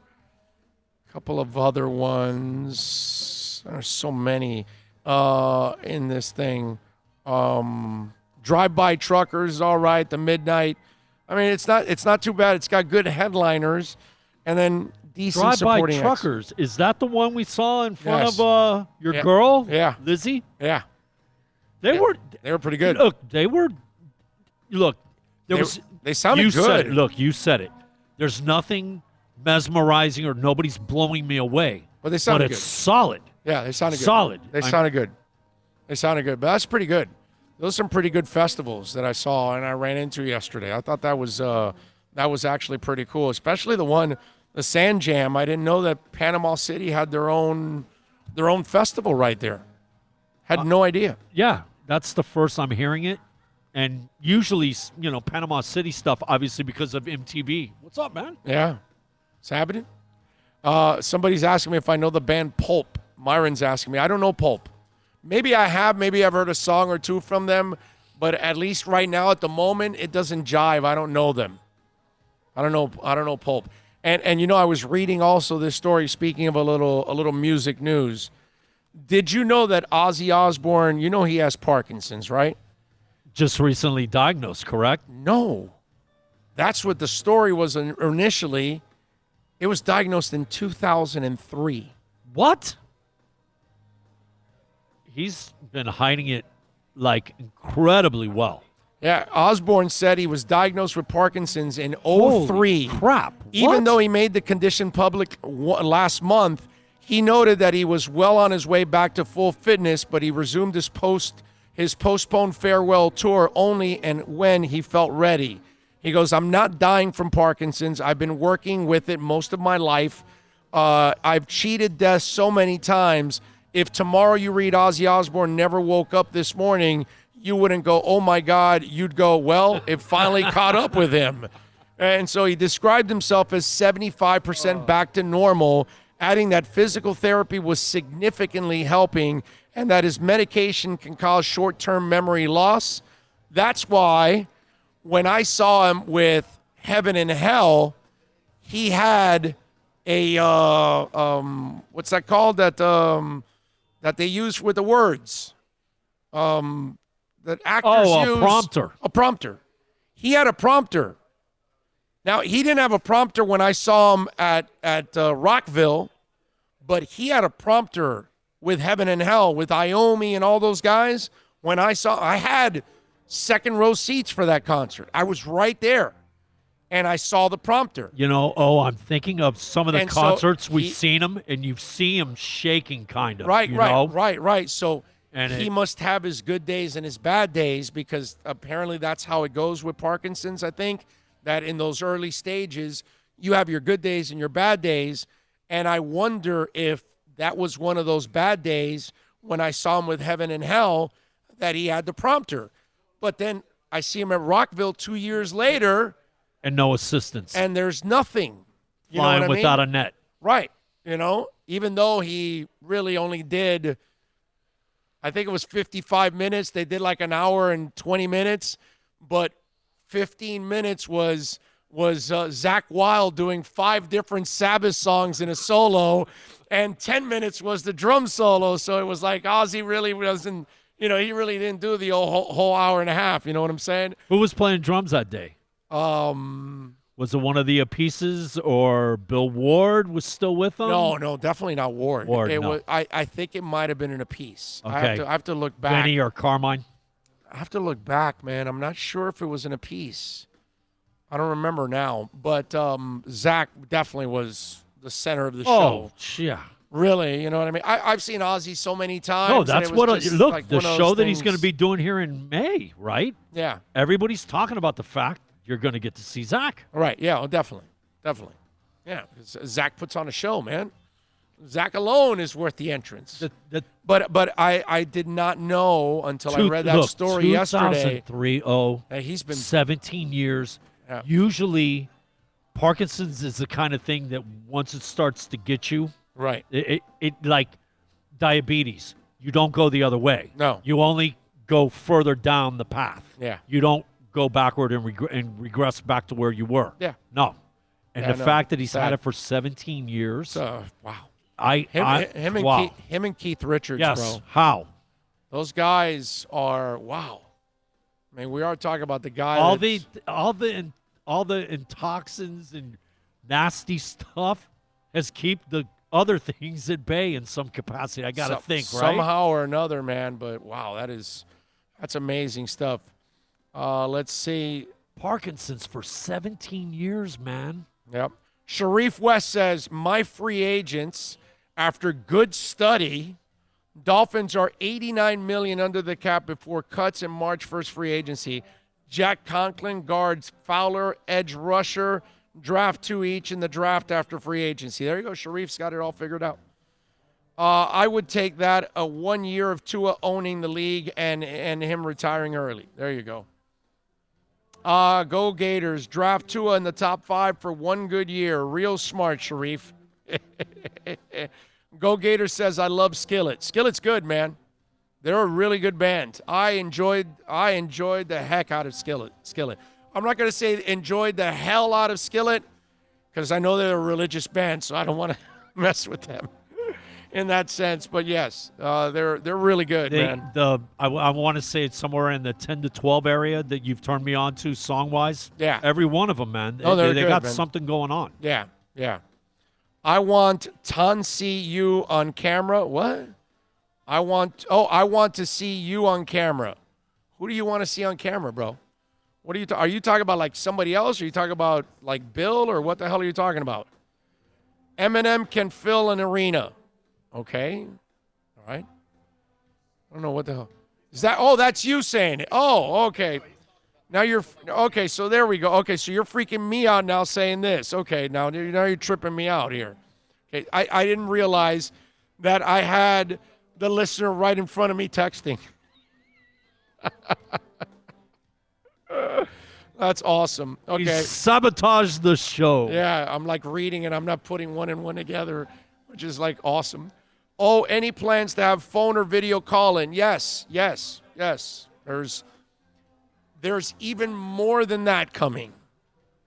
Okay? That's all I can say. That's it. Okay? We got a lot planned that we're working on in a big time way. All right? By the way, you know that that the XFL is now actually gaining value. Ticket prices, you know how you worry about attendance going down? Ticket prices for the XFL are going up in week 2. The inaugural week of the XFL was not perfect by any stretch of the imagination. However, it did provide football fans with an outlet during their first week of the NFL off-season. Now heading into week 2, the XFL has decided to take interest into the account. According to TickPick, ticket prices for week 2 of the season are up 17% from the initial week of action. Average prices are not cheap for the coming weekend of football. St. Louis Battlehawks at Houston Rednecks, $107. Guardians at the DC Defenders, $101. Renegades at Wildcats, $98. Tampa Bay at Seattle, $94.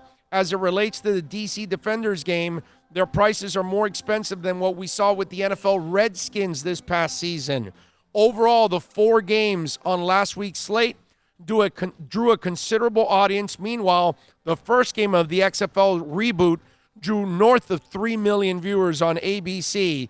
Time will tell. This is nothing more than a novelty, or that it will wear off. We'll see where week 2 leads. So 17% in increase in prices. How about that? And having said that, we now have our first ever XFL Power Rankings. That's right. We've got power rankings. You want to know where your team lands? All right. Okay, how skewed are the Vegas original first week? I am prideful of my Tampa Bay Vipers because I'm a Florida boy, born and raised. So I'm interested to find out where my Vipers rank. The DC Defenders are number 1 in the XFL in the power rankings at 1-0. The Houston Roughnecks, I like the guys wearing the roughneck hats in the stands. They're number 2 at 1-0. The New York Guardians are number 3 in the power rankings at 1-0. The Dallas Renegades are 0-1, and they're number 4 in the power rankings. The St. Louis Battlehawks getting no respect. They're number 5, and they're 1-0.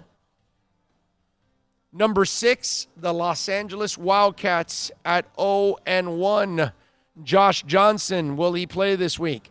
The Seattle Dragons, 0-1 at number 7. And can you believe it? They're ranking my beloved Tampa Bay Vipers number 8 in the power rankings. Can't believe it. But then again, I do have Aaron Murray at quarterback, so I get what I deserve.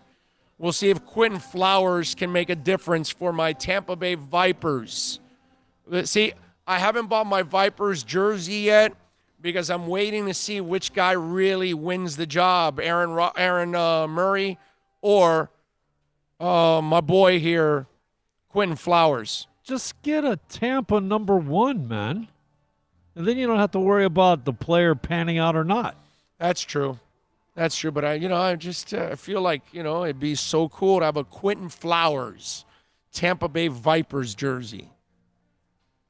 Did you see that ugly thing? You feel strongly about this now, do definitely. You know that the Vipers is the cousin of the Orlando Storm in the whatever we call the World League back in the day.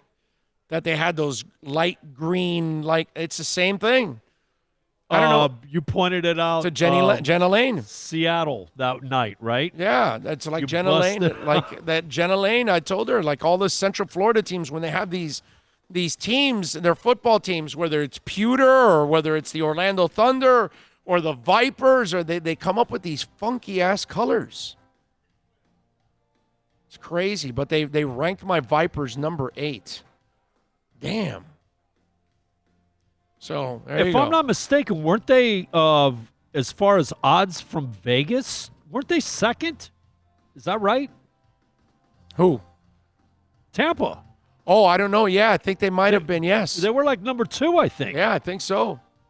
Why? Yeah. How the mighty have fallen. Yep. Ray is saying... Only took 1 week. Big O, can't wait for your draft coverage. Top-notch show. As always, saludos. Yes, I'm already preparing, making phone calls, talking to people, getting some skinny. We'll get more information throughout the week of the Combine. And then after the Combine, a lot of information starts flowing in. So that'll be really, really good. So I appreciate that. Big O says, put John on camera. Should we? No? You sure? Come on over here, John. Stand next to me at least so they can see you. Well, you have to squat.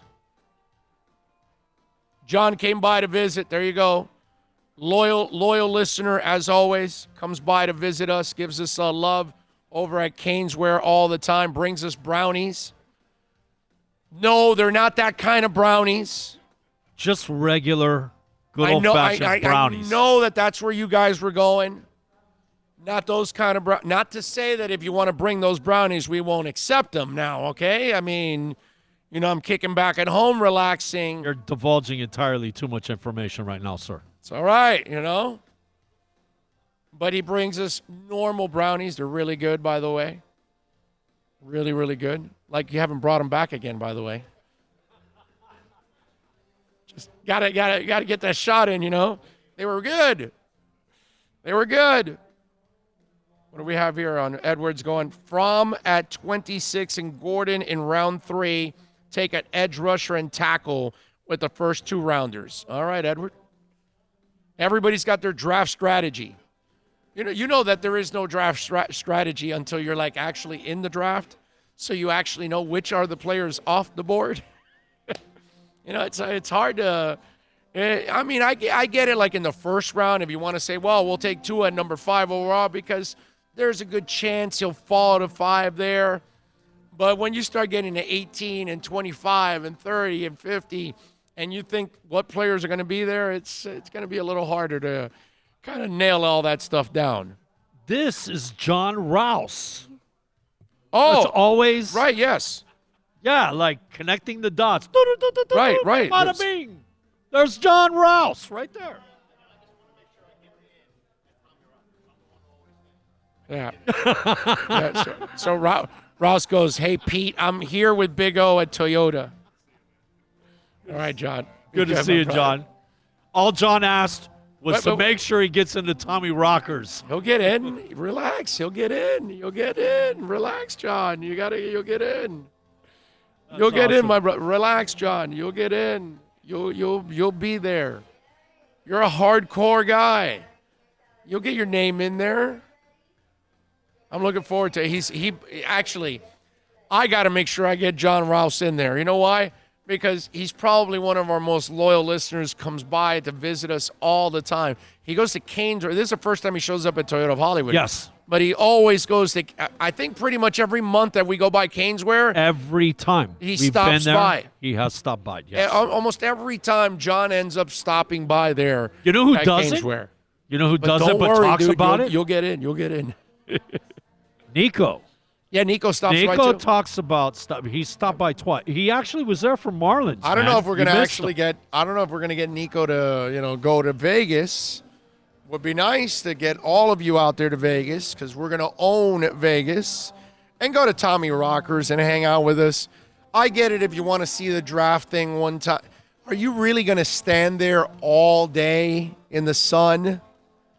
Just standing there watching the draft? Are you really gonna do that? Wouldn't you rather be at the bar with us? We're breaking down all the picks for you, possibly getting them on the phone, all that kind of stuff. Come on, man. You know what I'm saying? You know what's the one scary thought? What's that? Tommy Rockers never closes. I know. Well, it is Vegas. It kind of behooves you to have a business in Vegas if you're close to the Strip. You might want to be 24 hours because it's a 24-hour city. You never know when. It's a 24-hour city, man. You'll see it, man. It's just like there's life all the time. Sure, there's less cars late at night and in the morning, but there's still cars. And there's still people when you walk through every lobby, every casino, there's still plenty of people gambling at all times. Yes, it's more packed at night because that's always the peak time. But it is amazing. You'll wake up and you're getting up for breakfast and you're walking over to some brunch or some buffet and you look at the casino and it's packed and it's 8 a.m. and you're like, holy crap. Wow. People love to gamble. No clocks, no windows. Yep. Just keep going. Yep. One guy says, is John retired to have that much free time? No, maybe he has his own business. I think he does. I think he has his own business, so he's able to come by. Some people have that flexibility, so you never know. Big O, put me on the camera, and all the ladies will start watching your show. All right, Peter, well, come on over. We'll put you on the camera. Dougie Fresh says, I might be playing a 3-card Monty or bowling with Antonio Brown, but I will try to make it to Vegas. Nice. We would like to see you there in Vegas, Dougie. That would be awesome. That would be awesome. Oh, let's do that. We got to take a break. Andre Fernandez is going to join us. We've only had one guest in 4 hours. Andre Fernandez, we're going to talk Heat. The Heat lost last night to the Jazz. They're 11-11 in their last 22. That's pretty average. That's pretty mediocre. Who is the real Heat team? We find out with Andre Fernandez next. Plus tax, tech title. It includes $8.99 dealer fee on approved credit offers and 11/10/19. Over 1,500 Toyotas are on the ground, and truckloads of new 2020 Toyotas just keep on coming. To eliminate all 2019 models, Toyota of Hollywood is holding the ultimate 2019 model year changeover event. Make us an offer, any offer, and you can buy a Toyota at up to 50% less than their original MSRP when new and used. 50% less. A pre-owned 2019 RAV4, not $30,000, $19,775. A pre-owned 2019 Camry LE, not $26,000, $17,775. A pre-owned 2019 Corolla LE, not $22,000, $12,775. Pay up to 50% less at Toyota of Hollywood, the #1 volume Toyota dealer, based on total retail sales of new Toyotas in the Southeast region for 2014 to 2018 per SET, on 441 between Hollywood Boulevard and Sheridan Street. Open till midnight. Thinking about buying or refinancing a home? Act now. Home values are ticking up. Don't put off making a move any longer. Call Michael Kodsey now at Choice Mortgage Bank, 561-441-2730, while mortgage interest rates are still at historical lows. Call now to get pre-approved and buy your dream home. If you're currently paying over $800 a month for rent, call 561-441-2730 now before interest rates go up. Down payments as low as 3.5%. Veterans may qualify for no money down. If you own a home, but you're upside down, Michael Kodsey can help. If you're being denied by your bank or your loan process is taking too long, call 561-441-2730. Act now while fixed rates are still under 3.5%. Offices in Boca and Boynton Beach. Rates and terms subject to change daily without notice. Equal housing lender. NMLS 122081. No one expects to get into a crash, but I expect you to go to accidentlawfirm.com if you do. Make sure when hiring a driver, you go through a rideshare app so that you can be covered by the insurance, which can be up to $1 million whether you're a passenger or a driver. In other words, don't try to save a few bucks by paying cash instead of going through the app. I'm attorney Bobby Nunez from Nunez Law in Miami, and we're here to help you through the process. Go to accidentlawfirm.com for a free consultation from me, Bobby Nunez. That's accidentlawfirm.com. America's safest and best-selling compact luxury SUV is at Acura of Pembroke Pines, and this is how we do it. RDX, $339 a month at Acura of Pembroke Pines, the #1 volume Acura dealer. The world's biggest band is coming twice. Metallica. Headlining the Welcome to Rockville Music Festival. 2 different nights, 2 different sets. The weekend of May 8th through the 10th. Go to welcometorockvillefestival.com for all information. Get your tickets on sale right now. The one, the only Metallica. Go to welcometorockvillefestival.com.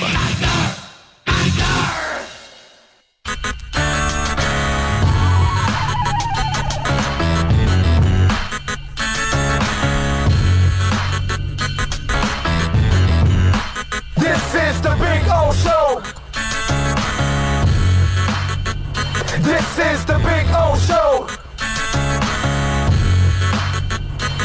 is the Big O Show.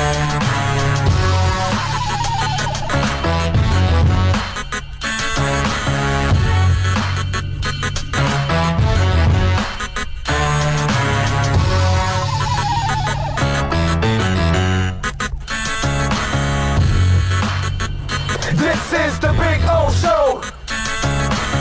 We are back.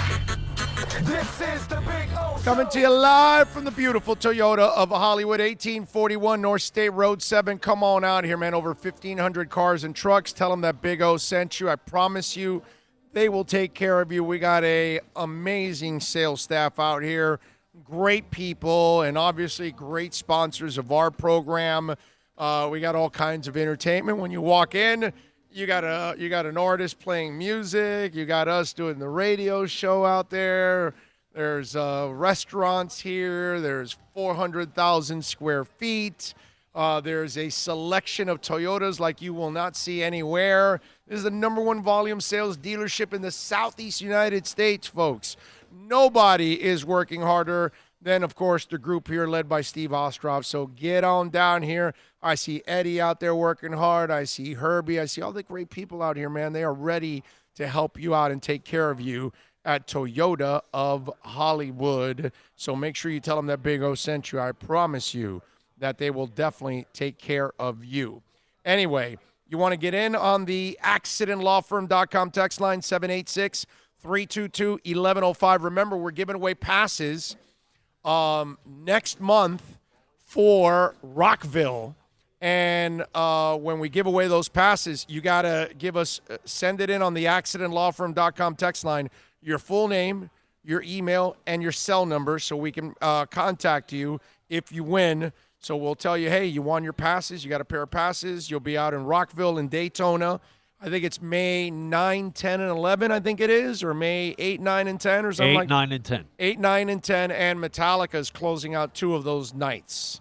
There you go. Friday and Sunday. So send in that info, full name, cell number, and email, and to our accidentlawfirm.com text line, 786-322-1105. So let's get to Andre Fernandez, baby. Fernandez Andre C on Twitter. And Mr. Fernandez, are you a Metallica fan? Yeah, I love those guys. Okay, all right. So then you're going to go to Rockville to see him close it out twice? Yeah, if I could, hopefully. Okay. Hopefully if I'm able to, yeah. All right, they're going to give you May 8, 9, and 10 off. I just want to make sure. Can you get it off? Oh, yeah, you see, that's the issue. You may have this team here that might be in the playoffs, might be in the second round, or wants to be, and that could complicate things. Right, see? that they don't let you have fun at the Athletic, bro. What's up with that? They got to let you rock out every once in a while, you know what I'm saying? Yeah. They just don't want me to sleep at the wheel if the team's doing stuff, So we'll see. I'll drive you there. Don't worry about it, okay? You'll be fine. You can relax Appreciate in the back, write all the stories you want in the back. There you go. I know Rojas needs you to write at least 8 stories a day. I get it. So it's all good. We got you covered, bro. No, all right. those were my Herald days. Yes. Yes. Yeah, I know. Yeah. I saw Michelle Kaufman like in 8 different places last week for the Super Bowl in one day. Anyway, all right, so let's get to the game last night. They lost 116-101. I'm sure you know this. I don't need to tell you this, but just to remind others out there, this team is 11-11 in their last 22 games. So you tell me, which is the real team now? Because 22 games is a quarter of the season now to kind of show who you are. So which is the real Heat team, my brother? Well, I don't know if we're really going to know the Heat team, the real Heat team that really matters until everyone's healthy, until everyone's acclimated. I mean, I think you're seeing what Jay Crowder can do amongst the new guys. Iguodala once he gets a few more games in, but I think, Myers Leonard's got to get healthy. Tyler Hero especially has got to get healthy. Jimmy for a minute there gave everybody a scare again. Seemed like he tweaked it, then he the ankle again, then came back. So I mean, I think that this team right now, I even said like on this road trip especially, it's just kind of out of sorts right now. I mean, are they playing as well as they did early on? No, that they've hit some adversity now, hit some obstacles. Not giving up way too many 3-point opportunities. Teams are shooting lights out on them in some of these games, which is, a little concern right now. But I just don't think till after maybe a couple weeks after the break is when you're going to start to see if the formula is going to work or not, for this team to possibly make a decent push into the playoffs with, especially after the moves that they've made. And Andre, the thing I was talking about earlier was I don't know if we can play the Hero Leonard card for last night because you didn't have Crowder and Iguodala, and now you added them. And you beat Milwaukee without Jimmy Butler. Early in the season, you beat a couple teams without certain players. You were able to overcome that kind of stuff. Now you're not overcoming that. And when you started 24-8, which is pretty much the first couple of months of the season, since then, you're a 500 team at 11-11. I'm almost afraid that the Heat peaked early and that the rest of the league, or most of the league, wasn't really peaking early. Now's when they're kind of, Stella's finding their groove and they're kind of catching up and passing the Heat. It's almost like I'm getting that sense. You know what I'm saying? Well, that's why it was a nice win early on, like you point out the Milwaukee win, but it's game 2. I mean, so early in the season, and they beat Houston too. You see, they beat Houston. Yeah, they clobbered Houston that first game. I remember it, and then there's games night in, night out where they're playing teams that are also banged up, and yet it's not affecting them as much. Like even Conley was out for Utah last night, and that's the thing about the regular season. There's so many like ups and downs that it's hard to really gauge. You can gauge in spots, certain matchups with teams, but when the playoffs come around, that's when everything gets specific. You start to see how matchups work, and that's where like in some cases it's been good to see how the Heat have fared against teams like they've had success against the Raptors. They've had success against Philly, but even in that case, you got to see you may have a whole different Joel Embiid come playoff time that's playing on a different level. That's going to change the outlook of a potential series with them. Oladipo wasn't playing the last 2 times that he beat Indiana. Now he will be. So you got to take a look and see how those matchups go down the stretch. They haven't played well against the Celtics either. How are those 2 games going to pan out down the stretch too? So that now is when I think there is a cause to speculate just how good this team really is. But I think these last 28 or so games at least will give you an idea once the whole lineup is put together again, and once if those guys can get healthy at the same time, and and then you see some of these matchups where teams are going to start taking it more seriously because we're getting close. We're getting almost there to the nitty gritty pretty soon. Are we expecting Tyler and Myers Leonard to be part of the team when they come back and they play Atlanta on the 20th? Myers, I don't think so. Myers sounds like it's going to be a little more time for sure. Tyler, it's kind of iffy right now, but he definitely has the better chance of the 2. I think they got word that it wasn't as serious. It's still just ankle soreness with him. Now, does he play against the Hawks? I don't know that for sure, but it shouldn't be an injury that keeps him out too much longer than that. But in Myers' case, it is going to be some time. Okay. All right. Yesterday, you look at the performance. What was the biggest issue for you against the Jazz? I mean, I think again, man, I think it wasn't as bad as the other games in terms of this, but I think their perimeter defense has to. I mean, I know their focus is protect the rim, and that's fine, but you have to find a way to at least contain teams better than the way they're just chucking up these threes in the last few games. To a rate that is just not acceptable, and I think that's part of why I think once all the pieces are in place later on. And, the new guys, the 2 new guys get more and more acclimated into the rotation, you might see those numbers improve. If they don't, then I'd be a little more concerned, And then also, Gobert did really well against them last night as well. And, guys like, not him specifically because he's out west, but, that's going to be interesting to see how Bam continues to match up against these guys, that are going to attack the paint, come playoff time. And obviously, not having Leonard there, he's at least another big body that can help down there too. So getting him healthy it's got to be huge, of course. Yeah, and we've noticed in the last couple of nights for Bam that big body guy gives him problems, obviously, because he's obviously a skinnier, more athletic guy. He's got to use his quickness against him. Hey, that dunk he had on Gobert last night, that was a fun dunk right there, man.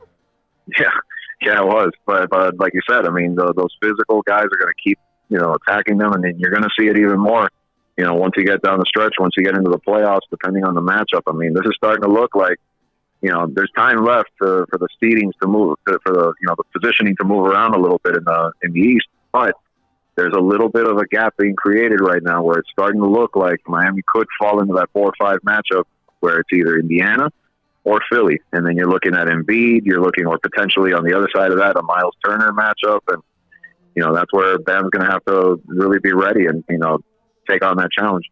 What is Jay Crowder's contract situation?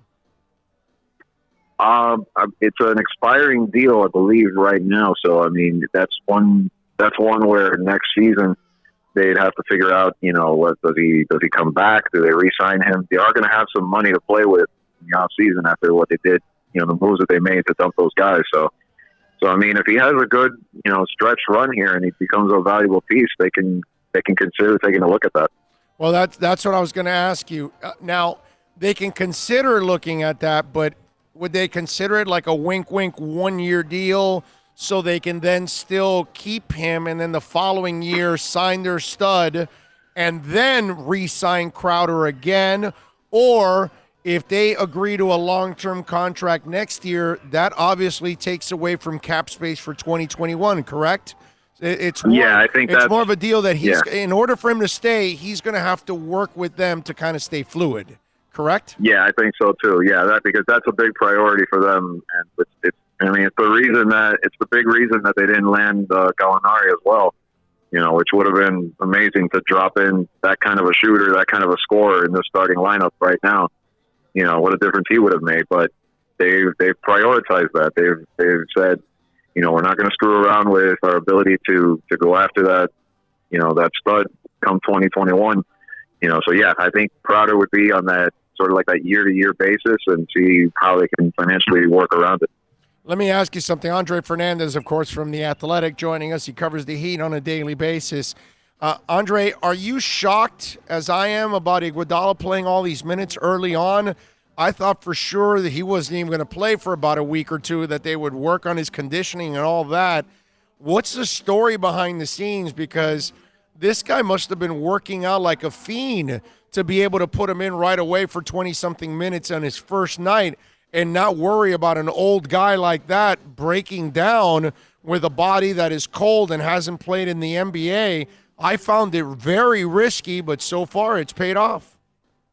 Yeah, so far, and even Spo said it the first night, he probably played him a little more than he would have wanted, but, you know, so far they haven't had, you know, again, it's only been, you know, 3 games, but at the same time, you know, I think they want to still manage it, but it did surprise me, the volume of it, too. I mean, he's having a good impact on it. You know, his plus-minus numbers are good. You know, when he's on the court, they seem to be having, you know, good stretches of play, you know, when he's in there, and they're experimenting still with a lot of rotations, some lineups. We saw one last night where he and Crowder were both there late in the games.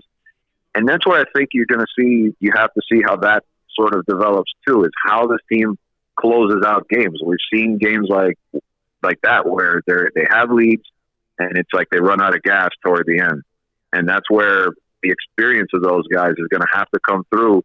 You know, later in the year, you put him in a lineup with Jimmy down the stretch to try and close out games. Of course, you'd love to have something like that to really secure, you know, some valuable victories, because if they want to keep that top 4 standing, there's not much wiggle room, you know, in these last 28 games. They better start consistently winning again, you know, because 500 ball is not going to cut it. That'll lose you the home court in the first round.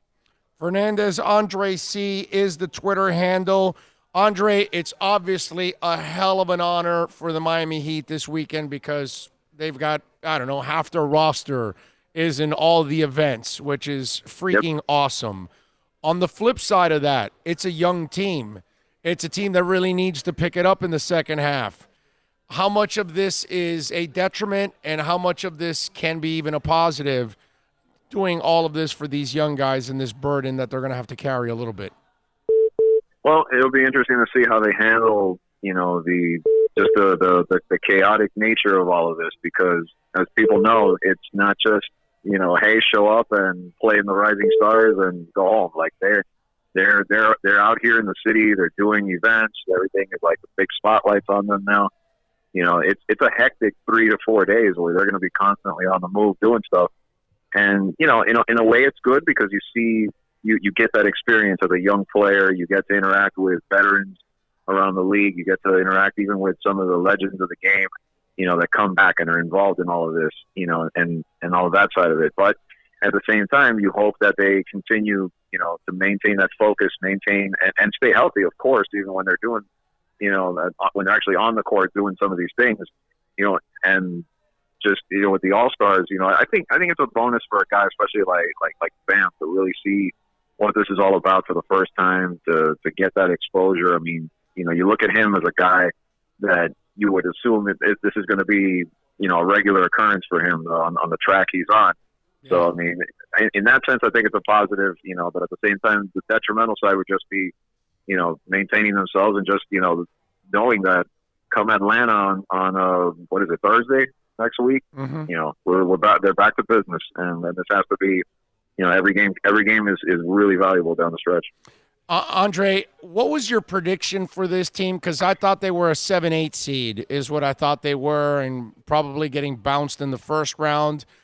They clearly have proven me wrong early on. I'm just wondering where you thought, because it's I gotta be honest now. Am I even allowed to feel disappointed if they do fall down in the standings? Because then I'm just gonna say right, because I can't say that because the reality is you're not a top seed. You are a 6, 7, 8 seed. This is where you're going to end up if you continue on this path. Obviously, you're going to end up there. So should I be disappointed? Am I allowed to be disappointed when they really maybe end up where I expected them to be? So I'm wondering, what did you think where they were and where they are now and where they're headed, all that stuff, the same as me? Yeah, I mean, I think observing them, I think it's the same thing. I think it was the team that you thought was maybe a touch over 500 if things went well, that type. And then they exceeded all expectations. But you'd hate to think that, especially early on when they were up all the way up to number 2 in the East, you hate to think they were teasing us, and it was just a little hot streak that they went on for 30, 40 games. And, at that point, it's like it sours it a little bit because, you could take a step back and try to look at the glass half full, say, okay, this is what they were supposed to be anyway. But they have shown the potential to be more.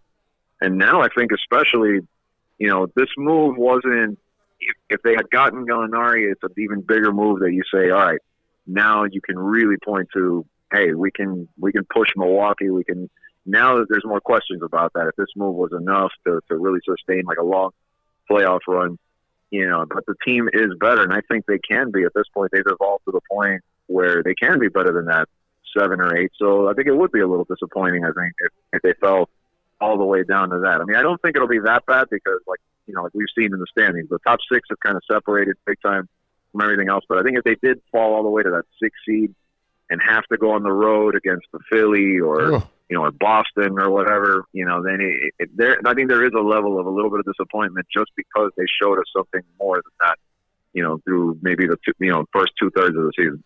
Andre, I think we've talked about it in the past. I'm just wondering, before I let you go, what is Kendrick Nunn doing? What are they doing to try? I know he's young, brother, so this is maybe part of the growing process, but he is not a consistent scorer. He's not a guy that really is dependable night in and night out. I think we've kind of learned that he's very streaky. What's the kid doing to try to become more consistent? Because, man, in this West Coast swing – he was in a funk of all funks. Yeah, I mean that's the hard part. I think he's in a way like a way that you see sort of what we were talking about is this really the guy that he is because 3-time rookie of the month and we saw the great start, but now you're starting to kind of see where he could be, hitting a little bit of a wall there, and struggling. And I think it's just trying to just maybe not force. Shots, continue to, keep them in the flow of the offense, continue to try and, get the ball to him in good spots on the floor and just doing the little things just a little more consistently. I mean, we saw him not be, not just hitting more shots before, but even just the way, he distributed the ball, little things he was doing were more consistent. And I think that's the thing as a rookie that you had to expect at some point he was going to hit some bit of a rough patch as he's learning. You hope that they can figure that out, before, and it doesn't turn into a thing where he's more that type of player. But I think, we'll see how that develops over the next few games, over the next few weeks, especially as, the team kind of takes the shape that they really want it to be. And are they sending you to the All-Star game? Are you going out there? Yes, sir. I'm already here. I'm watching the snow land outside my hotel right now. Waiting for it to drop to like 2 degrees tonight. Wow, that's awesome. Yeah. All right, that's going to be a lot of fun, man, because you're going to get a lot of really good stories because they're in every event. You're not going to miss a damn thing, dude. You're going to be involved in everything. Yeah. The biggest problem for me is finding time to actually get to the keyboard and actually write something. I'm going to be running around so much. Right, yeah, exactly. Is trying to keep up with all of that. That's going to be the fun part, man. I'm looking forward to it. What's the expected coverage at the Athletic so people know to check you out, my friend? Yeah, well, I already wrote something on Duncan Robinson, looking ahead of the 3-point shootout. I'll have stories coming up on, the Rising Stars Challenge. And of course, once we get to Saturday night and the contest, and then, Ben's first All-Star, Jimmy in town, all that stuff. Basically we're going to be, and we've got national media here too that's going to be covering every angle of not just the Heat, but every other team involved and every league story. Obviously a big weekend where you're probably going to see, again, a lot of tributes to Kobe Bryant. Obviously that's, the sad story that is kind of ongoing, as the league just mourns his passing, and, and it should be, a beautiful, like, pregame ceremony that they're planning, where we saw, like, Jennifer Hudson's going to be involved, and a lot of artists that are going to be paying tribute to Kobe's memory. Yeah, that's definitely going to be one of those that's going to move a lot of us during that time. Yep. Make sure you follow him on Twitter at Fernandez Andre C. More importantly, catch his exceptional work there at The Athletic and subscribe, because it's only $4 a month and you get everything all across the country and all your teams locally. Hey, by the way, any news on the Inter front? Who you guys naming for that beat? Not yet. We're keeping track of the team. We're going to be writing stuff here and there about them, but unfortunately, nothing new to report as far as like a full-time person. Not so far, but I wouldn't doubt it. Like I said before, I wouldn't doubt it if it's something in the works. All right, I like it. All right, Andre, as always, you're a stud, my brother. Enjoy yourself out there. Stay warm. Should be a lot of fun, my man. Thanks, buddy. Thanks for having me, as always. It's my pleasure, bro. It's an honor, as always. Thank you, Andre. Appreciate it. It's going to be a lot of fun, man. Thank you. It's going to be see Jones in the dunk contest, to see Duncan in the 3. That's, that's a Kendrick Nunn in the futures game. I mean, it's going to be awesome, man. It's going to be a lot of fun. Tyler. Yep, Tyler. If he's supposed to be in it, but I don't want him. Right, yeah. Well, I think he should be out because of the ankle, but whatever. Him I don't and know. Butler both. Well, you could go watch. Yeah. Okay. Yeah, Butler's played before. Tony Ortiz, or Troy Ortiz, I'm sorry. Before we go, he's asking me, Big O, if not Tua, do you like any other QBs in this draft? Do you think Rosen can still be a quality starter for us? I have not given up on Rosen yet. I'd like for him to get more of an opportunity down the line. Now, it's up to Rosen. Okay, now Rosen has to mentally catch up to all of this. I think physically he can play the game, but mentally he's way behind. Remember, now's when they taught him protections and find the Mike linebacker and all that other stuff that he just doesn't know. So now he's learning all of that. And I think this coming season, even though it's a new scheme that he's got to learn again, I still think that IQ-wise he's going to be at a different level, and maybe he can compete. He should have an edge over every rookie that comes in, because he's got a couple years of experience and games under his belt, so he should be able to adjust to it. Now, as for quarterbacks, look, Burrow and Tua, for me, are at another level.